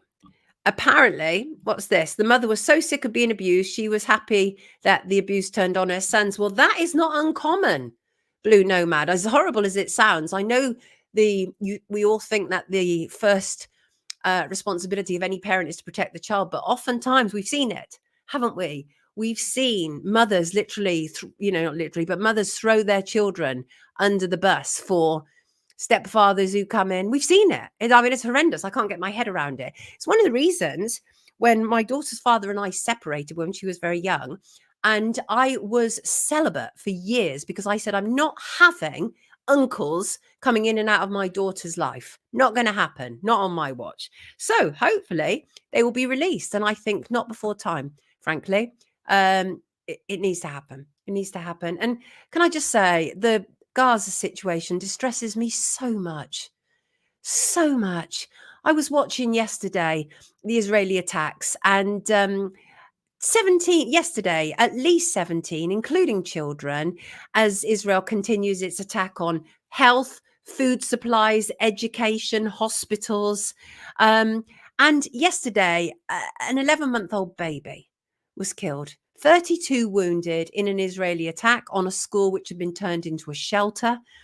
An estimated 1,139 people were killed in Israel during the Hamas-led attacks, and more than 200 were taken captive. But these are absolutely tragic scenes we are witnessing. I mean, it's awful. In Gaza, at least 42,847 people have been killed and 100,544 wounded since October the 7th, 2023. What's that, Sonia? Uncles with bunny ears. Oh, I see what you mean. So I find the whole situation in Gaza, it becomes overwhelming, unimaginable what is happening with these people. Just unbearable. This is not a life. This is really not a life. And as we know, the world's leaders support this. We in the UK support this. We have military that is sent to support this, and it's genocide. And this whole idea that they always like to trot out, isn't it? Israel has a right to defend itself. You know, it is literally the difference of, you know, people with an artillery of guns and somebody with a paper knife. That's kind of what's going on. Kennedy said the Netflix series that I watched ended suggesting that the Menendez brothers had invented the whole story. Yes, but enough had been said prior to that, right, Kennedy? Enough had been said. Did you watch all the episodes? Fascinating. 2K bombs versus civilians, David. Yeah, bottom line. So I don't know what else to do beyond praying for these people and hoping it will stop. I mean, what else do you do? I just feel completely hopeless. We do pay taxes supporting this joy. And just horrendous. The hospital was directly targeted. They know what they're doing. Hospitals, food supplies, journalists, you know, resources getting into Gaza. How the world can sit back and allow this to continue, I have no damn idea. No damn idea at all. And it's shocking to me. Shocking. Right. No visible. What's that, Sarah? Sarah is referring back to the chicken conversation. I have wondered what's going on with chickens lately. The overconsumption of chicken with no visible extra farming. Right. Esoteric Night of Malta is doing a live stream tonight from 7:30 p.m. covering Gaza. Got you, Esoteric Night. Yeah. Hamish. Yes, my dear. It is. What is it? Oh, what's that? I've just looked. Hamish, yours was a good comment that sorry, these comments often go so fast, don't they? Yeah, I wanted to go back to Kennedy's comment. Yes, I watched all episodes and did find it an odd ending indeed. Very odd. I suppose maybe they felt the need to do that because the brothers are still inside. Who knows? Who knows? Shug said there is only one rule in war, and that is there are no rules, no matter what they tell you. Indeed. Let me have a glug of my drink. What are you asking me there, Fallon? Let me have a look at your comment. Will you be doing any deep dives into pro-establishment characters like you used to? Yes, Fallon, I did loads, didn't I? For a period of time. And I want to do them again. You're talking about like my Gatekeeper series. It's just a matter of time, Fallon. But I love doing that, to be perfectly honest with you. I really do. And in fact, Fallon, that's really timely what you just say there. Because may I just add this? If ever there was a gatekeeper, people, Esther bloomin' Rantzen, will you force me to fly to Dignitas to die alone? Fallon, would you say that she would make a good gatekeeper subject for my series? I would. So apparently Esther Rantzen is furious. She's furious that Wes Streeting, the health secretary, is forcing her to fly to Dignitas to die alone after the health secretary said he would vote against legalising assisted dying. What do we think about that? She's absolutely furious. She's using all her media mates to give her as much attention as humanly possible. Let me just pop that there. There we go. That will do.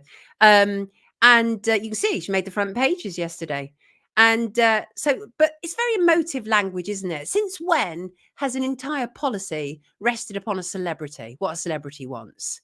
So we know that Keir Starmer had promised her before he got into 10 Downing Street that there would be an assisted dying debate. It's obviously up and running now, led by Kim Ledbetter, the extraordinary odd sister of what was her name, Jo Cox, who was a Labour MP during Brexit and was murdered. But Kim Ledbetter, frankly, gives me the creeps. Has done actually since then. She's very weird. She's very odd. And I don't find her appealing at all. Let's just say it's a gut instinct thing at the moment regarding this woman. Let's just say that. Anyway, what had happened was originally Wes Streeting had originally voted in favour of a 2015 bill into assisted dying.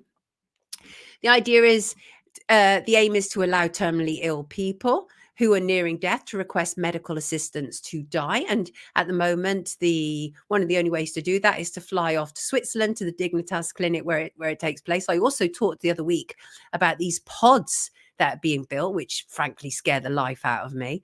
Anyway, this assisted dying bill, the second reading is on November the 29th. We are told that the government will remain neutral. Sure. The Prime Minister has already made it clear that he's doing this for his mate, Esther. So I don't think there's neutrality there right from the get-go. Kim Ledbetter's private members bill will be given a free vote. Cabinet ministers have therefore been told not to take part in public debate. That doesn't sound very free, does it? And what happened was Wes Streeting's intentions were actually leaked. He did not state his voting intentions publicly. He made the comments in a private meeting that was leaked. And Dame Esther was very distressed by it all. And what he said, and I don't agree much with Wes Streeting, seeing as he was once part of a secret Facebook group that doxed me. And he doxed me because I know the difference between men and women. And I knew that a young male who had entered Labour was not actually a woman. And there was this secret Facebook group and Wes Streeting was part of it. And they doxed me and other women who were talking about it. So I don't like him, but I do like the comment that he's made. And that is, he said he worries that this will be about coercion and the risk that the right to die feels like a duty to die. Now, I get that. That I find extraordinary. That really touches me, because the idea that there is a duty to die, you know it, that the idea of useless eaters, people who will feel that, the health service is letting them down, that, they can't have their operation. There's a 5-year waiting list or whatever, something ridiculous for whatever it is they need. And they just think, what's the point? They'll be portrayed as useless eaters. What's the point? So the idea of a duty to die scares the pants off me. Frightens the life out of me. Absolutely does. Sarah Wootton, chief executive of Dignity in Dying, which pushes this to the nth degree, warned that blocking law change on assisted dying will not fix palliative care in this country. Why not? Can we not fix palliative care in this country before we go to assisted dying? Anyway, what do you think about assisted dying, people in the comments? What do you think? Talk to me. Cats. Oh, is that about Kim, what you're saying there, Kat? Interesting. Esther Ranson's super dubious. Do you remember Where's Kate? Wait. Oh, my God. That seems like a lifetime ago now.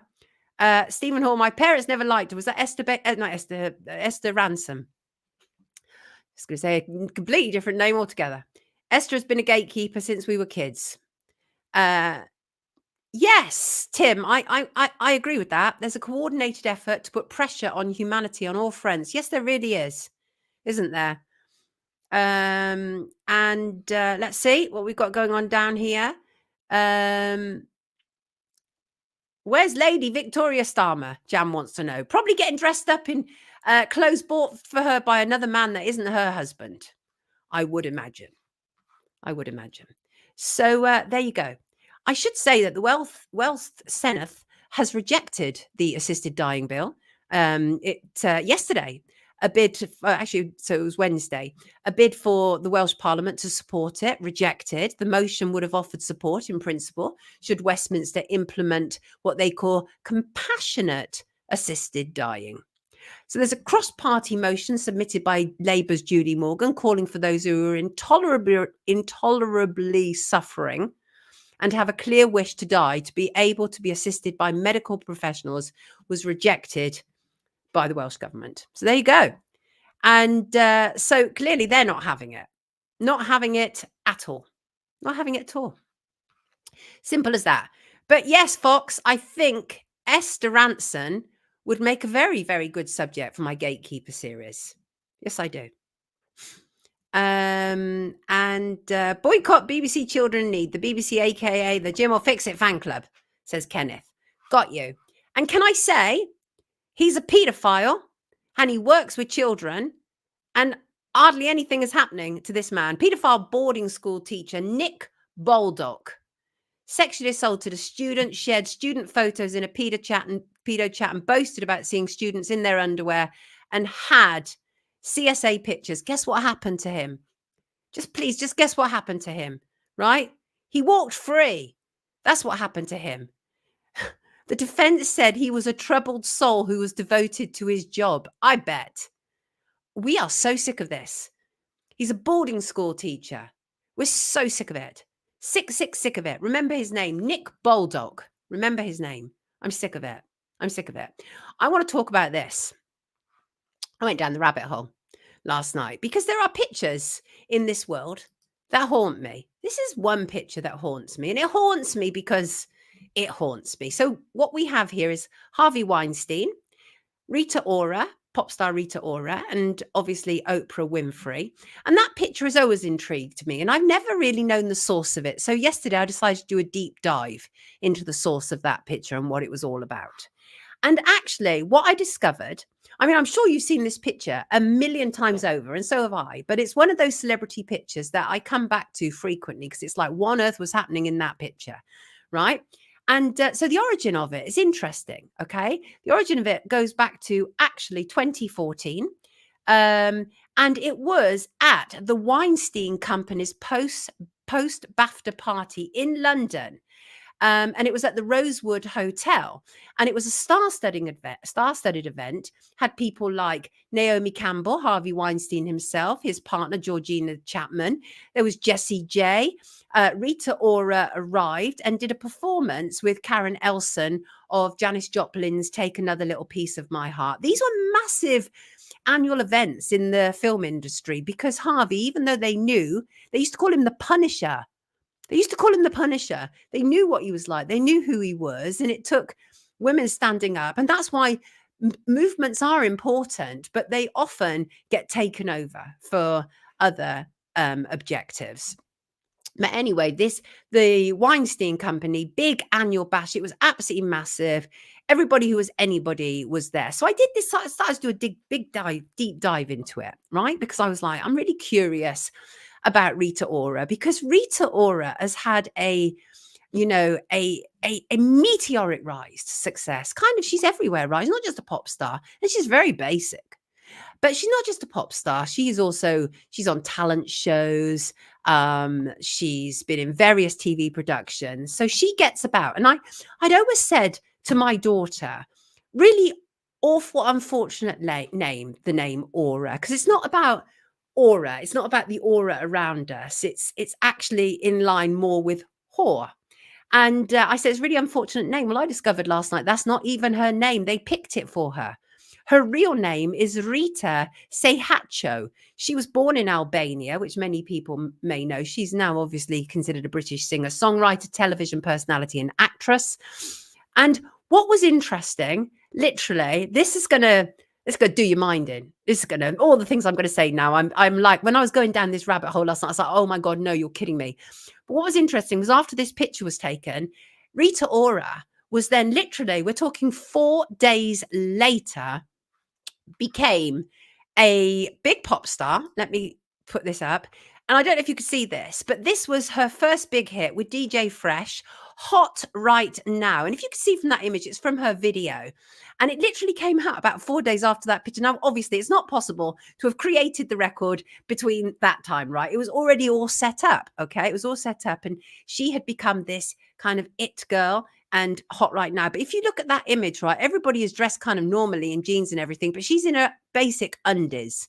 And that kind of tells you everything you need to know. And even up until this day, Rita Ora still performs basically in her undies, right? Because that's what these people do.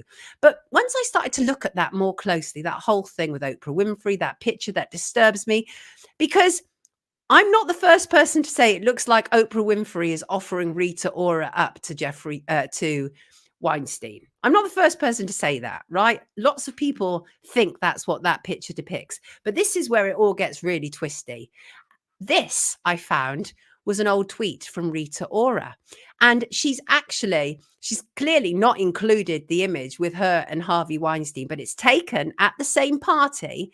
And she's celebrating Time's Up with Oprah Winfrey. Time's Up was the organization, the Me Too organization that followed the Harvey Weinstein revelations. And suddenly Rita Ora and Oprah Winfrey are appearing here as if they're at the forefront of this movement. Time's Up was about supplying legal and financial aid to these women who said that they had been abused in the music industry. Anyway, I just found that curious because where's Harvey? Why don't you show the picture, Rita, where he's like literally grabbing your skin as if he's about to select you? Why didn't she show that? Because who knows? But then I started to go deeper and deeper, as you do. And the thing about these rabbit holes, these warrens, is they take you deeper, don't they? And I realized very much that with Rita Ora, there was somebody who is very current, that is, we're talking about a lot at the moment, who she had teamed up with. This is from the video. Again, you might not be able to see it. Let me see if I can do a bigger image of that just on the screen. I wonder if I can get that just bigger on the screen.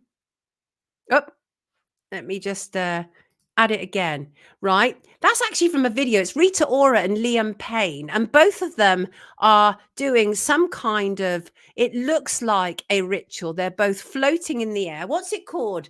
That part of the ritual when people are floating in the air and going backwards. Well, both of them are in this video. The one in red is Rita Ora and the other one in the other frame is Liam Payne. And they did the song For You as part of the what film franchise was it?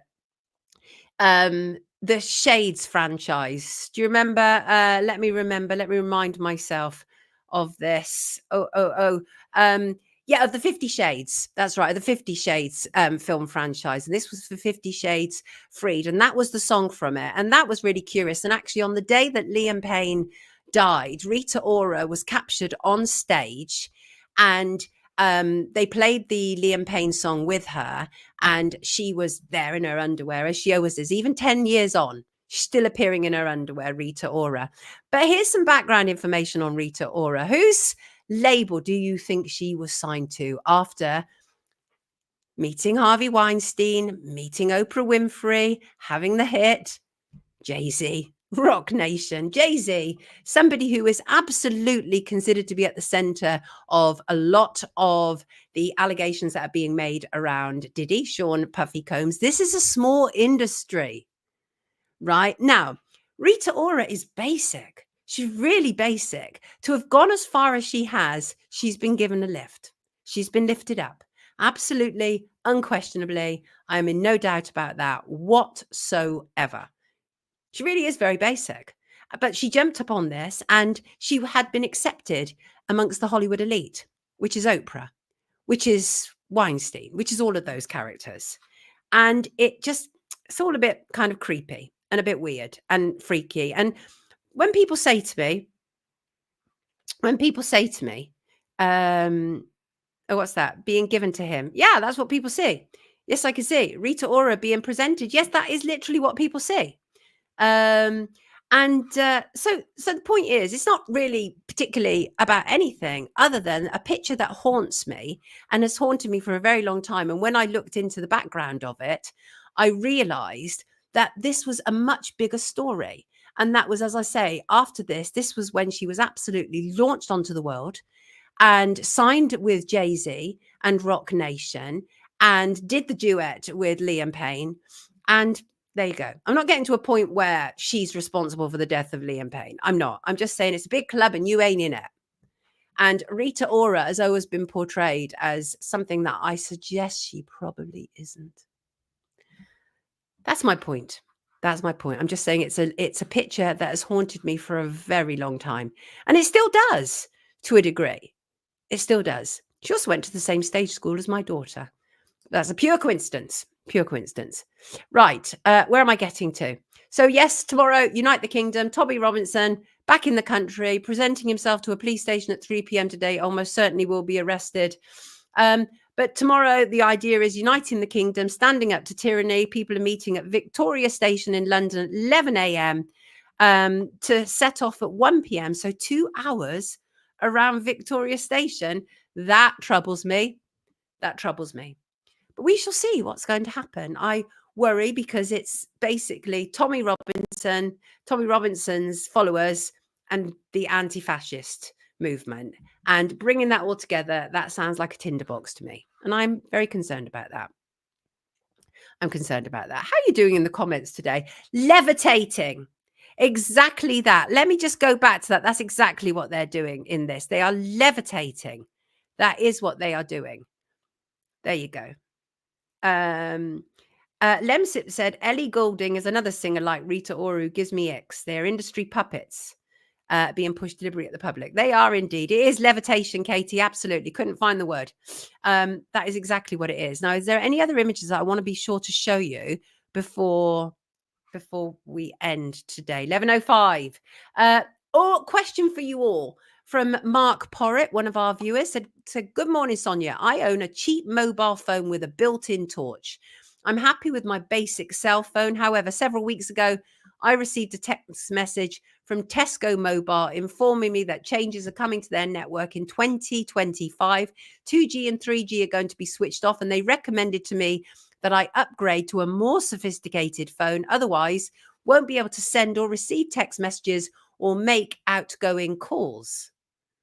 Mark says, wow, it's true then. These mobile phone companies really do want everybody upgraded to smartphone technology. It won't be long before you'll have to do literally everything on your smartphone. It's so ineffably nefarious. By the way, has anybody else received a message like mine on their networks? I'd love to know, said Mark. Anybody received a message like that your old phone will no longer work? Hugh Garden, you are official timekeeper. It's 11 o'clock. It's 11:06 now, Hugh. 11:06. Yes. Oh, Crafty Kim has found another thing to add to my rabbit hole. They were all on the panel of the Voice TV show. What happened to Jessie J? Did you get out of the club? Oh, what a good point. These people are given jobs for a reason. Yes, John, it is funny how these young pop wannabes suddenly get famous after attending an event. Yes, it is. I'm well behind with the comments. I'm sorry about that. So anybody receiving, thank you, thank you so much for that. I appreciate that. Beyonce is the queen of the Illuminati wing of the music industry, says Awakening with Reiki. She knows. Yes, she knows. You know that song, right? From J. Cole. Yes, Healing the Silence. No wonder it's called the entertainment business, because it really is for their own entertainment. Absolutely it is. Shug, she does look terrified in that picture, which is why it haunts me to this day. Craig wants to know if Rita was in on the Manchester bombing. I think we might be going somewhere else here, Craig. Yes, absolutely. Yes, Rita is married to that Taika Waititi. He seems a bit odd as well. Have you caught up with the Mark comments, people? They're still on Rita Ora. Enter and train the mind. Entertainment. Yes, Jessie J did get out a bit. There is an interview on YT. That's true, Kat. She did. Oprah looks smug in that photo, like she's completed her mission. I don't trust Oprah at all. Not at all. So has anybody received notification from their provider which says, how do I get rid of this? What's that? Yeah, healing the silence. Everyone always praises and thanks Beyonce. You know why? She knows. Yeah, she knows. Oh, absolutely. So, has anybody received a message from their phone provider saying that unless they upgrade, they won't be able to receive service on it? Because that's what Mark Porritt, our viewer, has. That's outrageous. Let me know if you have, people. Let me know if you have. And I'm feeling so much better right now. I really am feeling so much better. And I think it's time to give John from Norwich an airing of his song. Have a listen. There we go. Let's bring it on. Grand risings, everybody, come have your say. Sonia Poulton in the morning, starting off your day. Have a listen, it's the place to be. Sonia Poulton's here for us, but the BBC. I love that. Love it, John. Love it so much. No, has anybody seen the Kamala story yet, Kennedy? Because they're blabbing about it on X, like something's gonna kick off today. Anybody seen anything yet that they can inform me about before we leave today? Right? And finally, people, 10 past 11, which is 1 minute away from 11:11, and I know you're all going to say it in the comments. Finally, people, an email from Tom. Dear Sonia, any tips for not giving up? I've been trying to sell a creative project for a year and it's not coming together. I know there is more work to do on it. It's a 15-minute play designed for people to watch at lunchtime. I like that. But I feel so demotivated by it. Any tips on not giving up? Yes, Tom. To quote the old Japanese proverb, fall 7 times and stand up 8. That's always a good starting point. And can I say that when it comes to not giving up, this has to be one of my very favorite memes regarding it. You never know how close you are. Never give up on your dreams. Never. Don't do it. You literally could be one pickaxe away from diamonds, right? And I don't know if you remember the quote from Thomas Edison. Thomas Edison, of course, inventor of the light bulb. He said, many of life's failures are people who did not realize how close they were to success when they gave up. And that is the reality.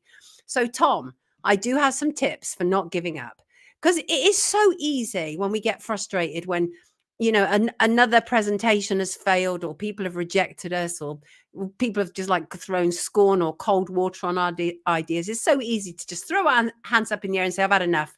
I'm done with this. I'm done. Right. And it's easy to say that, you know, throw it in the towel and all of that stuff. But think about all the work that you've already put into this, Tom. Right. You put in enough to be able to start attempting to sell a creative project. Okay. If you've put in that much work already, what is there to lose by finishing it to the standard that you want it to be?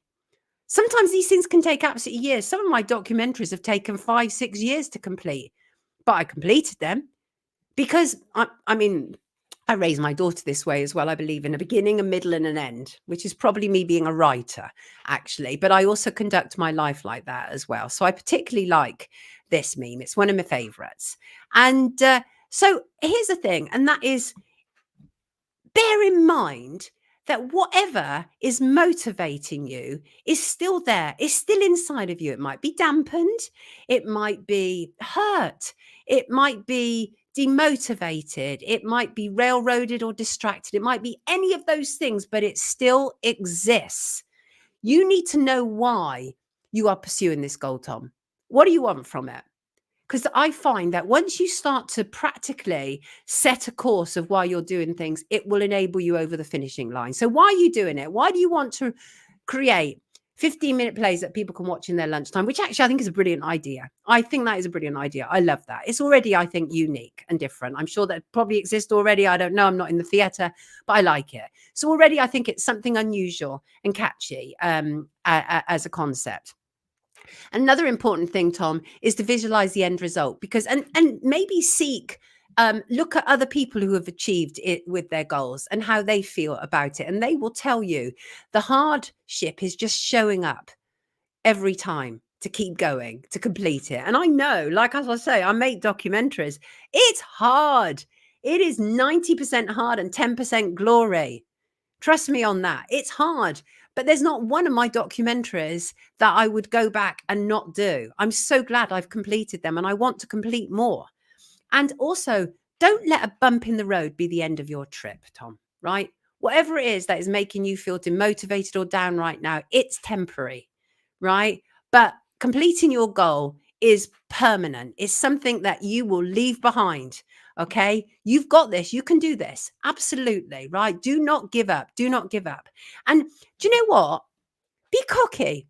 Be cocky and confident in your abilities. And I don't mean in an arrogant, sociopathic way, but like, I can do this. So by that, I mean, I can say, I can make documentaries. Oh, yes, I can. And they're bloody good ones. Be cocky. You deserve it. Like I say, don't be an a-hole, but be cocky enough to be confident. And you've got to learn to weather those storms, because they will come, especially if you're a creative. Oh my gosh. You know, like creativity, it can dip up and down like this. You need to enjoy the ride. You need to enjoy it. It can't be an entirely miserable experience, okay? And break it down into steps if you need. Like, Tom, whatever it is you feel you need to do in order to complete that play to the standard that you want, break down, you know, okay, I'm going to do this on this date or by this date. I'm going to do this part by this date. I'm going to be in touch with these people by this date. Break it down like that. It will make it easier for you to deal with. And imagery. Do you know what I often use? Little insight into me now. I'm very much interested in imagery to do with warriors and like phoenix rising from the flame. Those kind of images really appeal to me greatly and inspire and motivate me. So maybe something like that may help you as well, Tom. Okay. And another thing that you're going to need is a thick skin, because believe me, if you're planning, especially with what you want to do, you're going to have critics. And, you know, it is my experience that only God can make a flower, but any a-hole can rip the petals from it, right? So critics are 10 a penny, right? But your creativity is not 10 a penny. So Tom, I believe in you, but you need to make sure you've got to grow a thick skin to be able to weather the storm, okay? But do not give up. Under any circumstances, do not give up, and use whatever tools you need that I've been suggesting, visualization tools or sit down, freestyle, make charts. Literally set yourself deadlines. I'm a deadline person. I need deadlines, right? So I'm like, okay, I've got to do this by this day, and I get it done, because that's how I work as a journalist. But whatever works for you, people in the comments, 11:16, you kept me far longer. Extra hour today. No, Hugh, behave yourself. Behave yourself. Oh no, Jan. No, my love. Jan is an illustrator. AI has cancelled all my work. Absolutely not. No. Keep going, girl. Keep going. Boxing time. Synchronized Soul is off to boxing. And Esoteric Knight has a link to his Gaza show tonight. Bob Moran is brilliant. Of course, Bob Moran is brilliant. He's fantastic. And actually, on Monday, I want to show you some imagery from Trent. Trent is a survivor of Medensley, and brilliant imagery. And it shows you what brilliance can come from great difficulty and great pain. Thank you, Brett. I appreciate that. Sarah loves the style of the song. Love it. That's John from Norwich. Isn't he a darling? We love him. I love you too, Randy. Love you too. I love those books at Soul Sound. No idea what they're talking about. Good title for the Cavern. Good title for the play. Thick Skin. Brilliant idea. I love you too, Randy. I love you all. Covering the protest of 20.